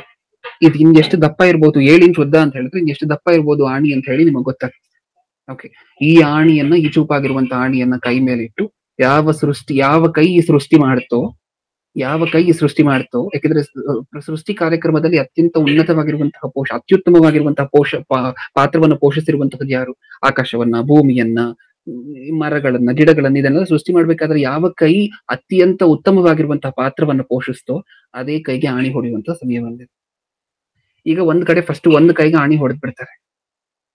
ನಮ್ಮ ಕೈಯಲ್ಲಿ ಮೀಡಿಯನ್ ನರ್ವ್ ಅನ್ನುವಂತ ಒಂದು ಅತ್ಯಂತ ಇಂಪಾರ್ಟೆಂಟ್ ಆಗಿರುವಂತಹ ನರ್ವ್ ಇರುತ್ತೆ. ಒಂದು ಇಂಪಾರ್ಟೆಂಟ್ ಆಗಿರುವಂತಹ ನರ ಅದು ಮೀಡಿಯನ್ ನರ್ವ್, ಅತ್ಯಂತ ಇಂಪಾರ್ಟೆಂಟ್ ಆಗಿರುವಂತ. ಅದಕ್ಕೆ ಹೊಡೆದ್ರೆ ಪೂರ್ತಿಯಾಗಿ ಜಾಮ್ ಆಗ್ಲಿಕ್ಕೆ ಶುರು ಆಗುತ್ತೆ ಬಾಡಿ ಪೂರ್ತಿ. ಈಗ ಅಂಗೈಗೆ ಮೊಳೆ ಹೊಡೆಯುವಂತಹ ಸಮಯ. ಅದನ್ನ ಅಂಗೈ ಮೇಲಿಟ್ಟು ಸ್ವಲ್ಪ ಒಳಗಡೆ ಕಳಿಸ್ತಿರ್ತಾರೆ. ಆ ಆಣಿಯನ್ನ ಒಳಗಡೆ ಕಳಿಸ್ತಿದ್ದಾರೆ. ಆ ಸಿಚುವೇಶನ್ ಅನ್ನು ಒಂದ್ಸರಿ ಊಹೆ ಮಾಡ್ಕೊಳ್ತೀರಾ? ಆ ಸಿಚುವೇಶನ್ ಅನ್ನು ಒಂದ್ಸರಿ ಊಹೆ ಮಾಡ್ಕೊಳ್ಳಿ. ಆಣಿ ಹೊಡಿತಿದ್ದಾರೆ, ಆ ಸಿಚುವೇಶನ್ ಅನ್ನು ಊಹೆ ಮಾಡ್ಕೊಳ್ಳಿ. ಓಕೆ, ಆಣಿ ಹೊಡಿಬೇಕಾದ್ರೆ ಯೇಸುಕ್ರಿಸ್ತರು ಎಷ್ಟು ಜೋರಾಗಿ ಕಿರುಚಿರಬಹುದು ಪ್ರಿಯರು? ಎಷ್ಟು ಜೋರಾಗಿ ಕಿರುಚಿರಬಹುದು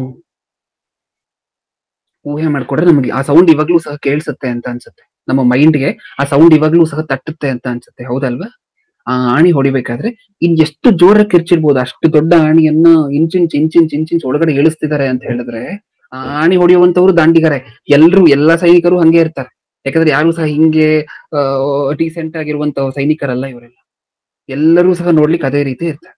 ಆ ಆಣಿ ಇಳಿಸ್ಬೇಕಾದ್ರೆ ಇಂಚಿಂಚು ಸಹ ಹೇಗಿರ್ಬೋದು ಆ ಪರಿಸ್ಥಿತಿ? ಹೌದಾ? ನೆಕ್ಸ್ಟ್, ಒಂದು ಕೈಗೆ ಆಣಿ ಹೊಡೆದ ನಂತರ ಇನ್ನೊಂದು ಕೈಯನ್ನ ಹಾಗೆ ಇಟ್ಟು ಆಣಿ ಹೊಡೆಯೋದಿಲ್ಲ. ಏನ್ ಮಾಡ್ತಾರೆ ಗೊತ್ತಾ? ಒಂದು ಕೈಗೆ ಆಣಿ ಹೊಡೆದ ನಂತರ ಇನ್ನೊಂದು ಕೈಯನ್ನ 1-2-3 ಜನ ಸೇರಿ ಎಷ್ಟಾಗುತ್ತೋ ಅಷ್ಟು ಎಳಿತಾರೆ ಇನ್ನೊಂದು ಕಡೆಗೆ. ಏನಕ್ಕೋಸ್ಕರ ಎಳಿತಾರೆ ಅಂತ ಇನ್ನೊಂದು ಸ್ವಲ್ಪ ಹೊತ್ತು ಬಿಟ್ಟು ಹೇಳ್ತೇನೆ.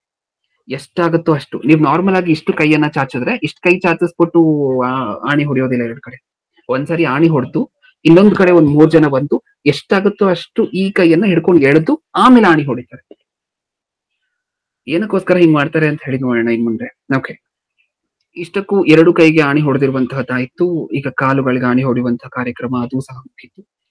ಈಗ ಶಿಲುಬೆಯನ್ನು ಮೇಲೆ ಎತ್ತಿ ನಿಲ್ಲಿಸುವಂತಹ ಸಮಯ ಬಂದಿದೆ. ಆ ಶಿಲುಬೆಯನ್ನು ಸ್ವಲ್ಪ ಮಲಗಿಸಿರುವಂತಹ ಶಿಲುಬೆಯನ್ನು ಸ್ವಲ್ಪ ಮೇಲೆ ಎತ್ತುತ್ತಾ ಇರ್ಬೇಕಾದ್ರೆ ಅದನ್ನ ಅರ್ಧಕ್ಕೆ ಎತ್ತಿದ ತಕ್ಷಣ ಶೋಲ್ಡರ್ಸ್ ಡಿಸ್ಲೊಕೇಟ್ ಆಗೋಗುತ್ತೆ. ನಮ್ಗೆ ಆಗಾಗ ಹುಳುಕು ಅಂತ ಹೇಳಿ ಕರಿತೀವಲ್ಲ, ಕೈ ಹುಡುಕಿದೆ ಬ್ರದರ್, ಕಾಲು ಹುಡುಕಿದೆ ಬ್ರದರ್, ಸ್ಪ್ರೇನ್ ಅಂತ ಹೇಳಿ ಕರಿತೀವಿ ಇದನ್ನ, ಹುಡುಕುವಂತಹದ್ದು, ಹೌದಲ್ವಾ? ಶೋಲ್ಡರ್ ಡಿಸ್ಲೊಕೇಟ್ ಆಗೋಗಿದೆ. ಇದನ್ನ ಈ ವಾಕ್ಯವನ್ನ ಬಳಕೆ ಮಾಡ್ತೀವಲ್ವಾ? ಹೌದು. ಹೆಂಗಿರುತ್ತೆ? ನಿಮ್ಗೆ ಕಾಲು ಹುಡುಕಿದೆ ಅಂತ ಅನ್ಕೊಳ್ಳಿ ಪ್ರಿಯ, ನೋವು ಹೇಗಿರುತ್ತೆ? ಕಾಲು ಇಡ್ಲಿಕ್ಕೆ ಆಗುತ್ತೆ ಕೆಳಗಡೆ? ಆ ಶಿಲುಬೆಯನ್ನ ಎತ್ತುತ್ತಾ ಇರ್ಬೇಕಾದ್ರೆ ಹಾಗೆ ಆ ದೇಹದ ವೆಯ್ಟ್ ಪೂರ್ತಿ ಶೋಲ್ಡರ್ ಮೇಲೆ ಹಾಗೆ ಇಲ್ಲಿರುವಂತಹ ಬೋನ್ ಮೇಲೆ ಬಿದ್ದು ಪಟ್ ಅಂತ ಹೇಳಿ, ನಮ್ಗೆ ಅರ್ಥ ಆಗುವಂತಹ ಭಾಷೆಯಲ್ಲಿ ಹೇಳ್ಬೇಕಾದ್ರೆ ಮೂಳೆ ಮುರಿದೋದ್ರೆ ಎಷ್ಟು ನೋವಾಗುತ್ತೋ ಅಷ್ಟು ನೋವಾಗಿರುತ್ತೆ. ಶೋಲ್ಡರ್ ಪಟ್ ಅಂತ ಹೇಳಿ ಡಿಸ್ಲೊಕೇಟ್ ಆದಾಗ ಶಿಲುಬೆಯನ್ನ ಎತ್ತಾ ಇರ್ಬೇಕಾದ್ರೆ ಮೇಲಕ್ಕೆ. ಈಗ ಶಿಲುಬೆಯನ್ನ ಮೇಲೆ ಎತ್ತಿದ್ದಾರೆ, ನಿಲ್ಸಿದ್ದಾರೆ. ಅದಿನ್ನ ಅತ್ಯಂತ ಹೆಚ್ಚಾಗಿರುವಂತಹ ನೋವು ಅಂತ ಹೇಳಿದ್ರೆ ಅಲ್ಲೇ. ಏನಕ್ಕೋಸ್ಕರ ಇಲ್ಲಿ ಹೊಡೆದಿರುವಂತಹ ಆಣಿ ಕೈಗೆ ಇಲ್ಲಿ ಹಾನಿ ಹೊಡೆದಿದ್ದಾರೆ ಅಂತ ಹೇಳಿದ್ರೆ ಆ ಭಾರವನ್ನ ಮೇಲೆ ಎತ್ತಿ ನಿಲ್ಲಿಸಿದಾಗ ಆ ಆಣಿ ಕೈ ಹಾಗೆ ಅರ್ದು ಟೇರ್ ಆಗಿ ಇಲ್ಲಿಗೆ ಬಂದ್ಬಿಡುತ್ತೆ, ತುದಿಗೆ ಬಂದ್ಬಿಡುತ್ತೆ. ಹೌದಲ್ವಾ? ಸರ್ವೇ ಸಾಮಾನ್ಯ ಅಲ್ವಾ? ಯಾಕಂದ್ರೆ ಯೇಸು ಕ್ರಿಸ್ತರ ಬಾಡಿ weight ಪೂರ್ತಿ ಎಲ್ಲಿ ಬಿದ್ದಿದೆ? 2 ಆಣಿಗಳ ಮೇಲೆ ಬಿದ್ದಿದೆ ಈಗ. ಹೌದಲ್ವಾ? ಎತ್ತಿ ನಿಲ್ಲಿಸಿದಾಗ weight ಪೂರ್ತಿ 2 ಆಣಿಗಳ ಮೇಲೆ ಬೀಳುತ್ತೆ, 2 ಕೈಗಳ ಮೇಲೆ ಬೀಳುತ್ತೆ. ಹೌದಲ್ವಾ? ಈಗ ಹಾಗಾದ್ರೆ ಇಲ್ಲಿ ಹೊಡೆದಿರುವಂತಹ ಮೊಳೆ ಇಲ್ಲಿಗೆ ಬಂದು ತಲುಪುತ್ತೆ. ಇನ್ ಎಷ್ಟು ನೋವು ಕೊಟ್ಟಿರ್ಬೋದು ಈ ವಿಚಾರ. ಇದಾದ ನಂತರ ನಾವೆಲ್ಲ ಫಾಸ್ಟ್ ಫಾರ್ವರ್ಡ್ ಅಲ್ಲಿ ನೋಡ್ತಾ ಇದೀವಿ, ಸಮಯ ಇಲ್ಲದೆ ಇರುವಂತಹ ಕಾರಣದಿಂದ ಫಾಸ್ಟ್ ಬೇಗ ನೋಡ್ತಾ ಇದೀವಿ. ಓಕೆ, ಈಗ ಕೊನೆಯದಾಗಿ ಅದ್ ಎತ್ತಿ ನಿಲ್ಲಿಸಿದ ನಂತರ ನಿಜವಾದ ಕಷ್ಟ, ಸಂಕಟ, ಬಾಧೆ ಅನ್ನುವಂಥದ್ದು ಇಲ್ಲಿ ಶುರು ಆಗ್ತದೆ. ಏನು ಬಾಧೆ?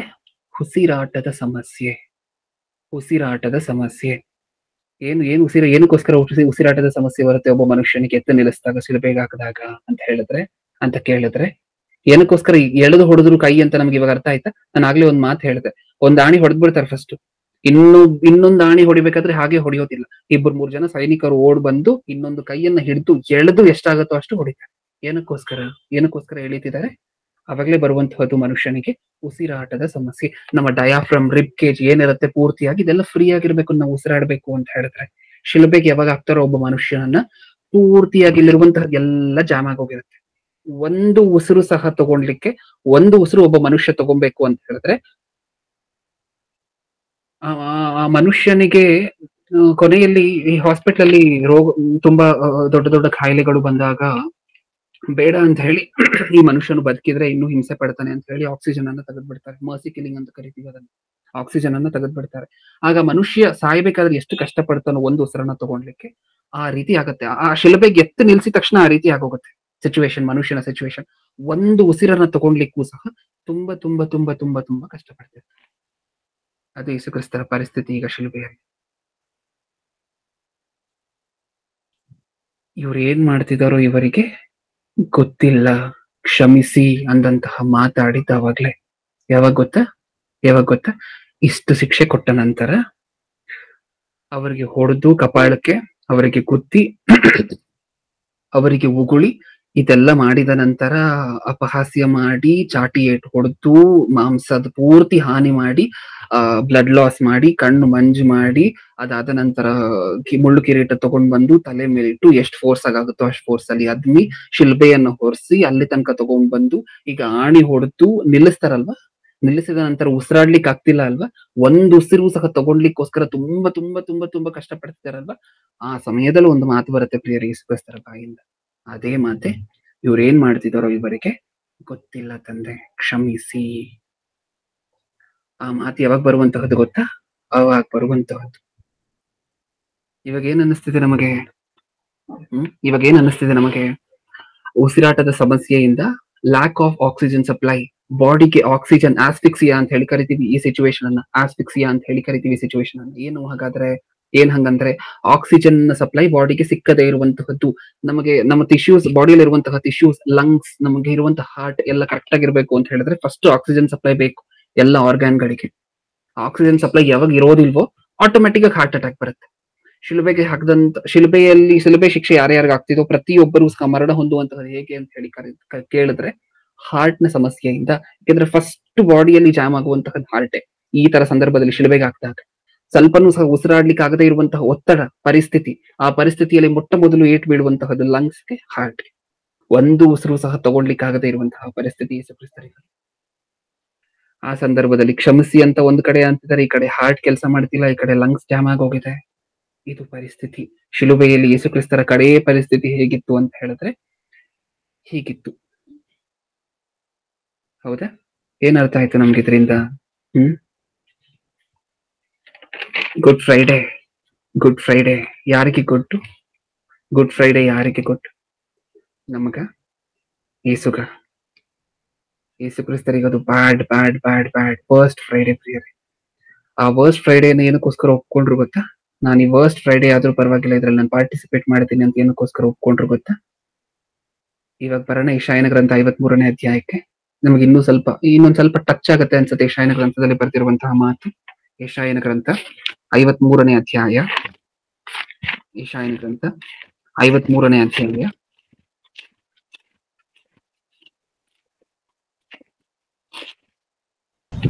ನಾನೇ ಓದ್ತೀನಿ, ಸಮಯ ಇಲ್ಲದೆ ಇರುವಂತಹ ಕಾರಣದಿಂದ. 3ನೇ ವಚನದಿಂದ 53:3. ಅವನು ಧಿಕ್ಕರಿಸಲ್ಪಟ್ಟವನು. ಎಲ್ಲಿ ಯೇಸುಕ್ರಿಸ್ತರ ಸ್ಥಾನ ಏನು ಲೋಕಕ್ಕೆ? ಅಣ್ಣ ಕ್ಷಮಿಸಿ, ಒಂದು 5 ಮಿನಿಟ್ಸ್ ಆಗ್ಬೋದು ಎಕ್ಸ್ಟ್ರಾ. 9-10 ಅಷ್ಟರಲ್ಲಿ ಮುಗಿಸುವಂತಹ ಪ್ರಯತ್ನವನ್ನ ಮಾಡೋಣ. ಓಕೆನಾ ಅಣ್ಣ? Okay, done. ಈಗ ಯೆಶಾಯನ ಗ್ರಂಥ 53ನೇ ಅಧ್ಯಾಯ 3ನೇ ವಚನದಿಂದ ಓದ್ತಿದ್ದೀನಿ. ಫಸ್ಟ್ ಸೆಂಟೆನ್ಸ್ ಏನಂತೆ? ಅವನು ಧಿಕ್ಕರಿಸಲ್ಪಟ್ಟನು. ಯೇಸುಕ್ರಿಸ್ತರ ಸ್ಟೇಟಸ್ ಏನು? ಭೂಮಿಯ ಮೇಲೆ ಬರುವುದಕ್ಕಿಂತ ಮುಂಚೆ ದೂತರು ಸುತ್ತ ನಿಂತ್ಕೊಂಡು ಪರಿಶುದ್ಧರು ಪರಿಶುದ್ಧರು ಪರಿಶುದ್ಧರು. ಆ ಸೌಂಡ್ ಹೆಂಗಿದೆ? ಇಲ್ಲಿ ಬಂದು ನಮಗೋಸ್ಕರ ಈ ಲೋಕಕ್ಕೆ ಬಂದು ಜನಪೂರ್ತಿ ಯೇಸುಕ್ರಿಸ್ತರ ಸುತ್ತ ನಿಂತ್ಕೊಂಡು ಬರಬ್ಬನನ್ನ ರಿಲೀಸ್ ಮಾಡಿ ಯೇಸುಕ್ರಿಸ್ತರನ್ನು ಶಿಲ್ಬೆಗೆ ಹಾಕಿ ಯೇಸುಕ್ರಿಸ್ತರು ದೇಶದ್ರೋಹಿ, ಯೇಸುಕ್ರಿಸ್ತರು ದ್ರೋಹಿ ಅಂತ ಹೇಳಿ ಕಿರಿಸ್ತಿರ್ಬೇಕಾದ್ರೆ ಈ ಸೌಂಡ್ ಹೆಂಗಿದೆ? ಈ ಟ್ರಾನ್ಸಿಷನ್ ಏನಕ್ಕೋಸ್ಕರ? ಅಲ್ಲಿ ಪರಲೋಕದಲ್ಲಿದ್ದಾಗ ಈ ಲೋಕಕ್ಕೆ ಬರುವುದಕ್ಕಿಂತ ಮುಂಚೆ ದೂತರು ನಿಂತು ಪರಿಶುದ್ಧರು ಪರಿಶುದ್ಧರು ಅಂತಿದ್ದಾರೆ. ಈ ಲೋಕಕ್ಕೆ ಬಂದ ನಂತರ ಈ ಜನ ಶಿಲುಬೆಗೆ ಹಾಕಿ ಕ್ರೂರವಾಗಿ ಕೊಲ್ಲಿ, ಚಾಟಿಯಲ್ಲೂ ಹೊಡಿಬೇಕು, ಮುಳ್ಳು ಕಿರೀಟನೂ ಇಡಬೇಕು ಅಂತ ಜನ ಕೂಗ್ತಿದ್ದಾರೆ. ಈ ಸೌಂಡ್ಗೂ ಆ ಸೌಂಡ್ಗೂ ಡಿಫ್ರೆನ್ಸ್ ಕಾಣಿಸ್ತಿದ್ಯಾ? ಆ ಸೌಂಡ್ ಅನ್ನ ಬಿಟ್ಟು ಈ ಸೌಂಡ್ಗೋಸ್ಕರ ಏನಕ್ಕೋಸ್ಕರ ಬಂದ್ರಂತ ಯೇಸುಕ್ರಿಸ್ತರು? ಅದೇ ಮುಂದೆ ಬರ್ಸಿದ್ದಾರೆ, ಏನು ಅಂತ ಹೇಳಿ ನೋಡೋಣ. ಮನುಷ್ಯರು ಸೇರಿಸಿಕೊಳ್ಳದವನು, ಸಂಕಷ್ಟಕ್ಕೊಳಗಾದವನು, ವ್ಯಾಧಿ ಪೀಡಿತನು, ಜನರು ಮುಖವನ್ನು ಓರೆ ಮಾಡಿಕೊಳ್ಳುವ ಧಿಕ್ಕಾರಕ್ಕೆ ಒಳಗಾದವನು ಆಗಿದ್ದನು. ನಾವು ಅವನನ್ನು ಲಕ್ಷ್ಯಕ್ಕೆ ತರಲಿಲ್ಲ.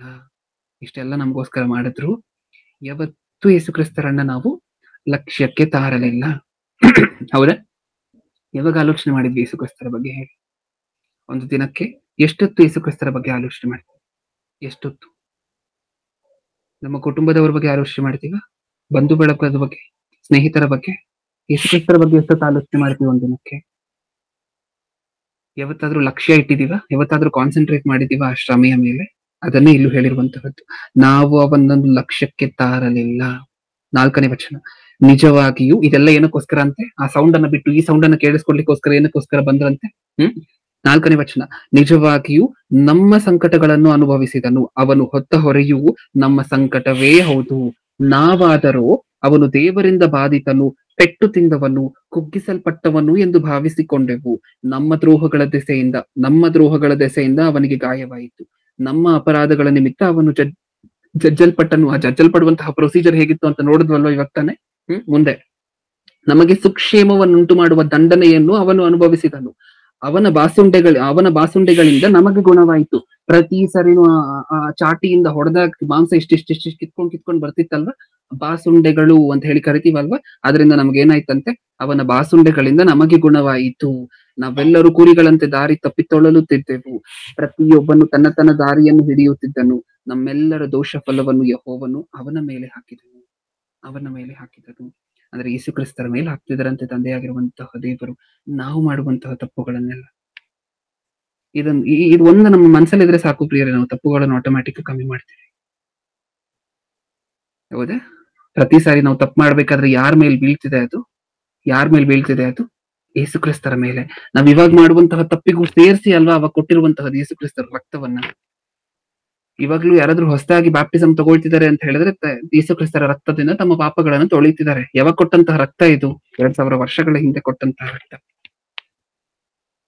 ಆ ಮನುಷ್ಯನಿಗೆ ಯಾವಾಗ್ಲಾದ್ರೂ ನಂಗೆ ತಪ್ಪು ಮಾಡ್ಬೇಕು ಅಂತ ಅನ್ಸಿ ಹೋಗಿ ತಪ್ಪು ಮಾಡ್ತಿದ್ದಾನೆ ಅಂತ ಹೇಳಿದ್ರೆ ಇವಾಗ್ಲೂ ಯೇಸುಕ್ರಿಸ್ತರಿಗೆ ಅದೇ ಶ್ರಮೆ ಕೊಡ್ತಿದ್ದಾನೆ ಅಂತ. ಯೇಸುಕ್ರಿಸ್ತರು ಇವಾಗ ತಂದೆ ಬಲಭಾಗದಲ್ಲಿ ಇರಬಹುದು, ಆದ್ರೆ ಆರಾಮಾಗಿರ್ಬಹುದು ಅಂತ ನೀವು ಅನ್ಕೊಂಡಿದ್ದೀರಾ. ಆದ್ರೆ ಅದೇ ಪರಿಸ್ಥಿತಿ ಇವಾಗ್ಲೂ ಸಹ ಹೆಂಗಾಗ್ತಿರ್ಬೋದು ಯೇಸುಕ್ರಿಸ್ತನಿಗೆ? ನಾನು ಅವತ್ತು ನಿಮಗೋಸ್ಕರ ಪ್ರಾಣ ಕೊಟ್ನಲ್ಲ, ಒಂದು ಡ್ರಾಪು ನನ್ನ ದೇಹದಲ್ಲಿ ರಕ್ತ ಇಲ್ದಂಗ್ ನಿಮಗೋಸ್ಕರನೇ ದಾರಿ ಎರೆದ್ನಲ್ವ. ನನ್ನ ಕಣ್ ಮಂಜಾಗಿದ್ರು, ಕಣ್ಣಿ ಕಾಣಿಸ್ದೆ ಹೋದ್ರು, ಎದ್ದೇಳ್ಲಿಕ್ಕೆ ಆಗ್ತಿಲ್ಲ ಅಂತ ಹೇಳಿದ್ರು, ಶಿಲ್ಬೆ ಮೇಲೆ ನನ್ನ ಶಿಲ್ಬೆಯನ್ನ ತಗೊಂಬಂದ್ ನನ್ನ ಮೇಲಿಟ್ರು, ಮುಳ್ಳು ಕಿರೀಟವನ್ನ ಇಟ್ಟು ಜರದ್ರು. ಅದಾದ ನಂತರ ಮತ್ತೆ ಎಬ್ಬರಿಸಿ ಆಣಿಗಳನ್ನು ಹೊಡೆದಿರುವಂತಹದ್ದು ಏನು? ನನ್ನ ಕೈಯನ್ನ ಒಂದು ಆಣಿ ಹೊಡೆದು ಇನ್ನೊಂದು ಕೈಯನ್ನ ಎಳೆದಿರುವಂತಹದ್ದು ಏನು? ನಿಮಗೋಸ್ಕರನೇ ಅಲ್ವಾ ನನ್ನ ಪ್ರಾಣ ಕೊಟ್ಟಿತ್ತು. ಮತ್ತೆ ತಪ್ಪು ಮಾಡ್ಬೇಕು ಅಂತ ಅನ್ನಿಸ್ತಿದ್ಯಾ? ಮತ್ತೆ ಪಾಪವನ್ನ ಬಿಡಬಾರ್ದು ಅಂತ ಅನ್ನಿಸ್ತಿದ್ಯಾ? ಇದೇ ಅಲ್ವಾ ನಮ್ಗೆ ಪ್ರಶ್ನೆ ಮಾಡುವಂತಹದ್ದು ಯೇಸುಕ್ರಿಸ್ತ ಇವಾಗ್ಲೂ ಸಹ. ನಾವೆಲ್ಲರೂ ಕುರಿಗಳಂತೆ, 6ನೇ ವಚನ, ನಾವೆಲ್ಲರೂ ಕುರಿಗಳಂತೆ ದಾರಿ ತಪ್ಪಿತೊಳಲುತ್ತಿದ್ದೆವು, ಪ್ರತಿಯೊಬ್ಬನು ತನ್ನ ದಾರಿಯನ್ನು ಹಿಡಿಯುತ್ತಿದ್ದನು. ನಮ್ಮೆಲ್ಲರ ದೋಷ ಫಲವನ್ನು ಯೆಹೋವನು ಅವನ ಮೇಲೆ ಹಾಕಿದನು. ಇದು ಯಾವ ನ್ಯಾಯ ಪ್ರಿಯರೇ? ನಾವು ತಪ್ಪು ಮಾಡಿದ್ರೆ ದೇವರು ಯೇಸುಕ್ರಿಸ್ತರ ಮೇಲೆ ಅದನ್ನೆಲ್ಲ ಹಾಕುವಂತಹದ್ದು ಯಾವ ನ್ಯಾಯ? ನಿಮ್ಗಿಬ್ರು ಮಕ್ಳಿದ್ದಾರೆ ಅಂತ ಹೇಳಿದ್ರೆ ಅದ್ರಲ್ಲಿ ಒಬ್ಬ ಮಗ ತಪ್ಪ ಮೇಲೆ ತಪ್ಪು ಮಾಡ್ತಾನೆ ಇದ್ದಾನೆ. ಆ ಒಬ್ಬ ಮಗ ತಪ್ಪು ಮಾಡ್ಬೇಕಾದ್ರೆ ಏಟೆಲ್ಲ ಇನ್ನೊಬ್ಬ ಮಗನಿಗೆ ಬೀಳ್ತಿದೆ ಅಂತ ಅನ್ಕೊಳ್ಳಿ. ಆಗ ಇನ್ನೊಬ್ಬ ಮಗ ಬಂದು ನಿಮ್ಮ ಹತ್ರ ಕೇಳ್ತಾನೆ, ಡ್ಯಾಡಿ ನೀನ್ ಮಾಡ್ತಿರುವಂತದ್ದು ಸರಿ ಇದೆಯಾ? ಯಾವ ನ್ಯಾಯ? ತಪ್ಪು ಮಾಡ್ತಿರುವಂತಹದ್ದು ಅವನ್ ತಪ್ಪು ಮಾಡಿದ್ರೆ ಶಿಕ್ಷೆ ಎಲ್ಲ ನನ್ಗಾಗ್ತಿದೆ ಅಲ್ವಾ? ಅವನ್ ತಪ್ಪು ಮಾಡಿದ್ರೆ ಅವನ್ ತಪ್ಪಿಗೆಲ್ಲ ನನಗ್ ನೀನ್ ಶಿಕ್ಷೆ ಕೊಡ್ತಿದ್ಯಲ್ವಾ? ನನ್ ಮೇಲೆ ಹಾಕ್ತಿದ್ಯಲ್ವಾ ಅದನ್ನೆಲ್ಲ? ಇದ್ಯಾವ ನ್ಯಾಯ ಒದಗ್ಲಿಲ್ಲ ಯೇಸು ಕ್ರಿಸ್ತರಿಗೆ. ನಮ್ಮಿಂದ ಯೇಸು ಕ್ರಿಸ್ತರಿಗೆ ನ್ಯಾಯ ಅನ್ನುವಂತಹದ್ದು ಸಿಗ್ಲಿಲ್ಲ. ಯಾಕೆಂದ್ರೆ ಇಷ್ಟು ಕೋಟಿ ಜನ ಮಕ್ಕಳು ದೇವರಿಗೆ ಸಿಕ್ಕಬೇಕಂದ್ರೆ ಆ ಮಗ ಆ ರೀತಿ ಬಲಿಯಾಗ್ಬೇಕಾಗಿ ಬಂತು. ಮುಂದೆ ಇನ್ನು ಏನ್ ಹೇಳಿದ್ದಾರೆ?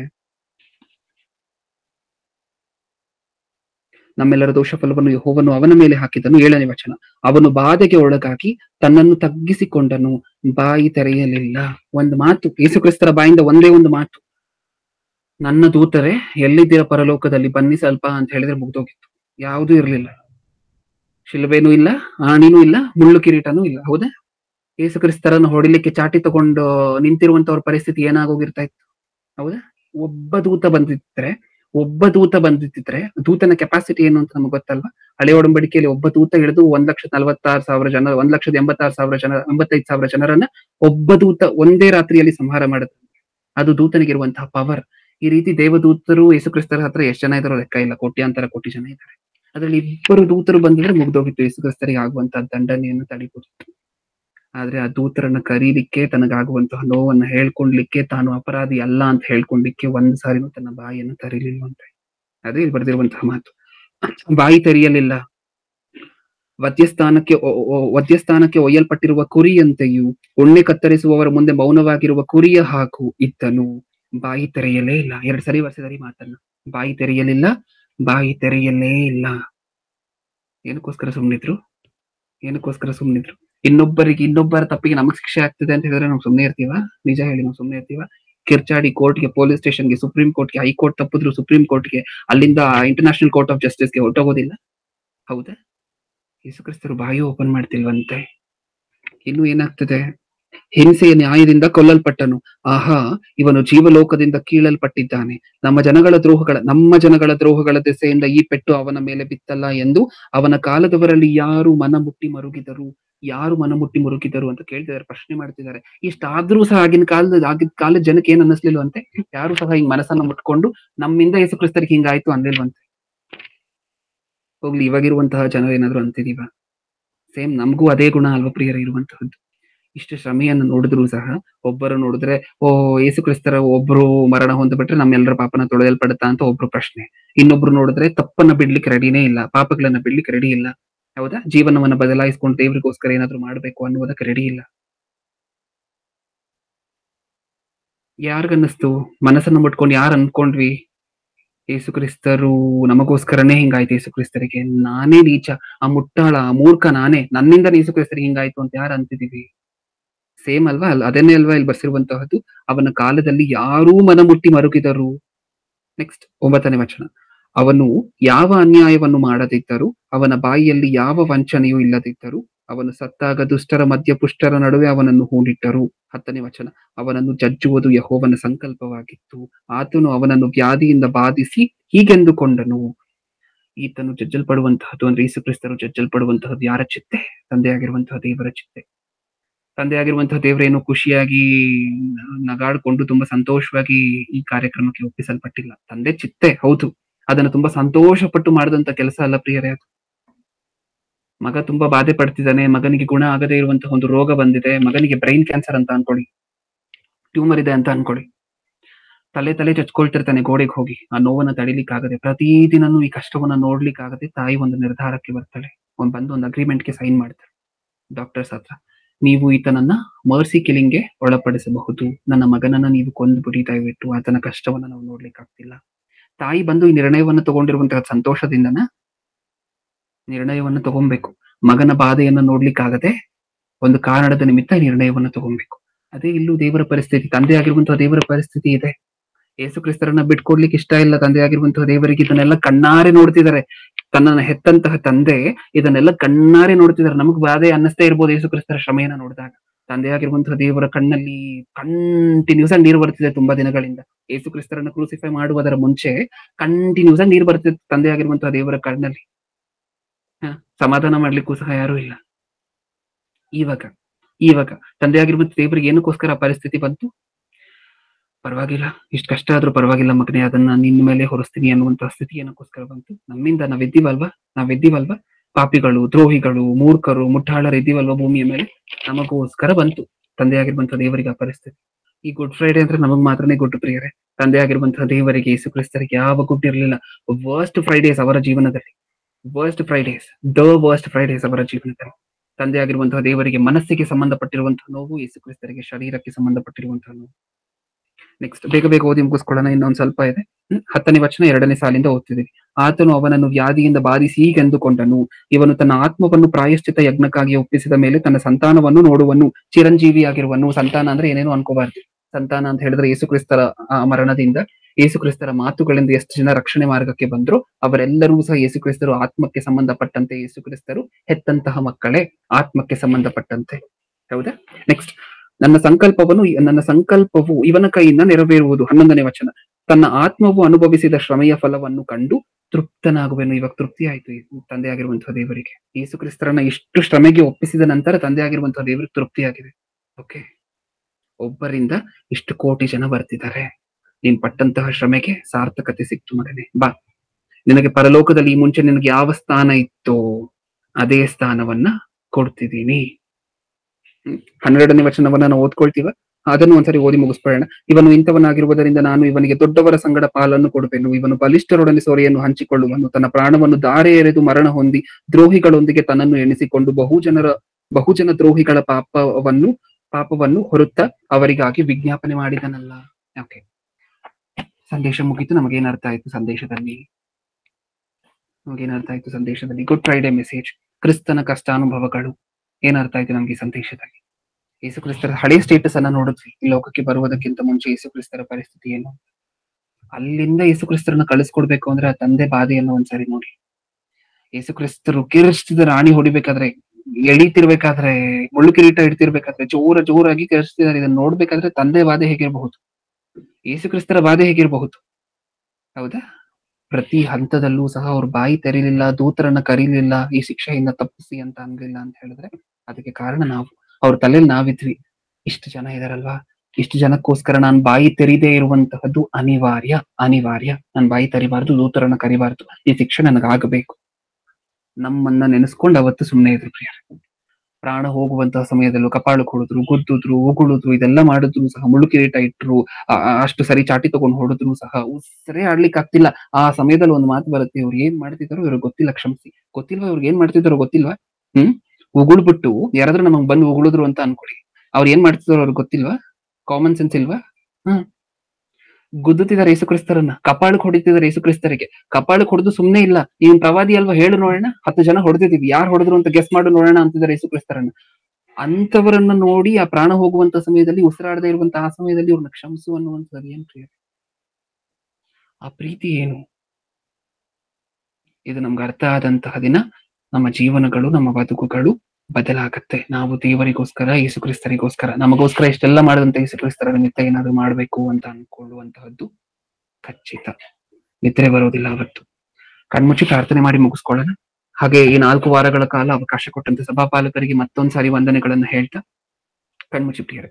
ಪ್ರೀತಿಯುಳ್ಳ ಪರಲೋಕದಲ್ಲಿರುವ ನಮ್ಮ ತಂದೆ, ಒಂದು ಮಹೋನ್ನತವಾಗಿರುವಂತಹ ದಿನವನ್ನು ಕೊಟ್ಟಿಕ್ಕಾಗಿ ನಿಮಗೆ ಸ್ತೋತ್ರ. ನೀವು ಕೊಟ್ಟಿರುವಂತಹ ಈ ಅತ್ಯಮೂಲ್ಯವಾಗಿರುವಂತಹ ಸಮಯದಲ್ಲಿ ನಿಮ್ಮ ಮಗನ ಕಷ್ಟವನ್ನ, ನಿಮ್ಮ ಮಗನನ್ನು ಕಳಿಸ್ಕೊಡ್ಬೇಕಾದ್ರೆ ಅದರ ಹಿಂದೆ ನಿಮ್ಮ ಬಾಧೆಯನ್ನ ಪ್ರತಿಯೊಂದನ್ನು ಆಲೋಚನೆ ಮಾಡಿ ನೋಡಿದೀವಿ ಅಪ್ಪ.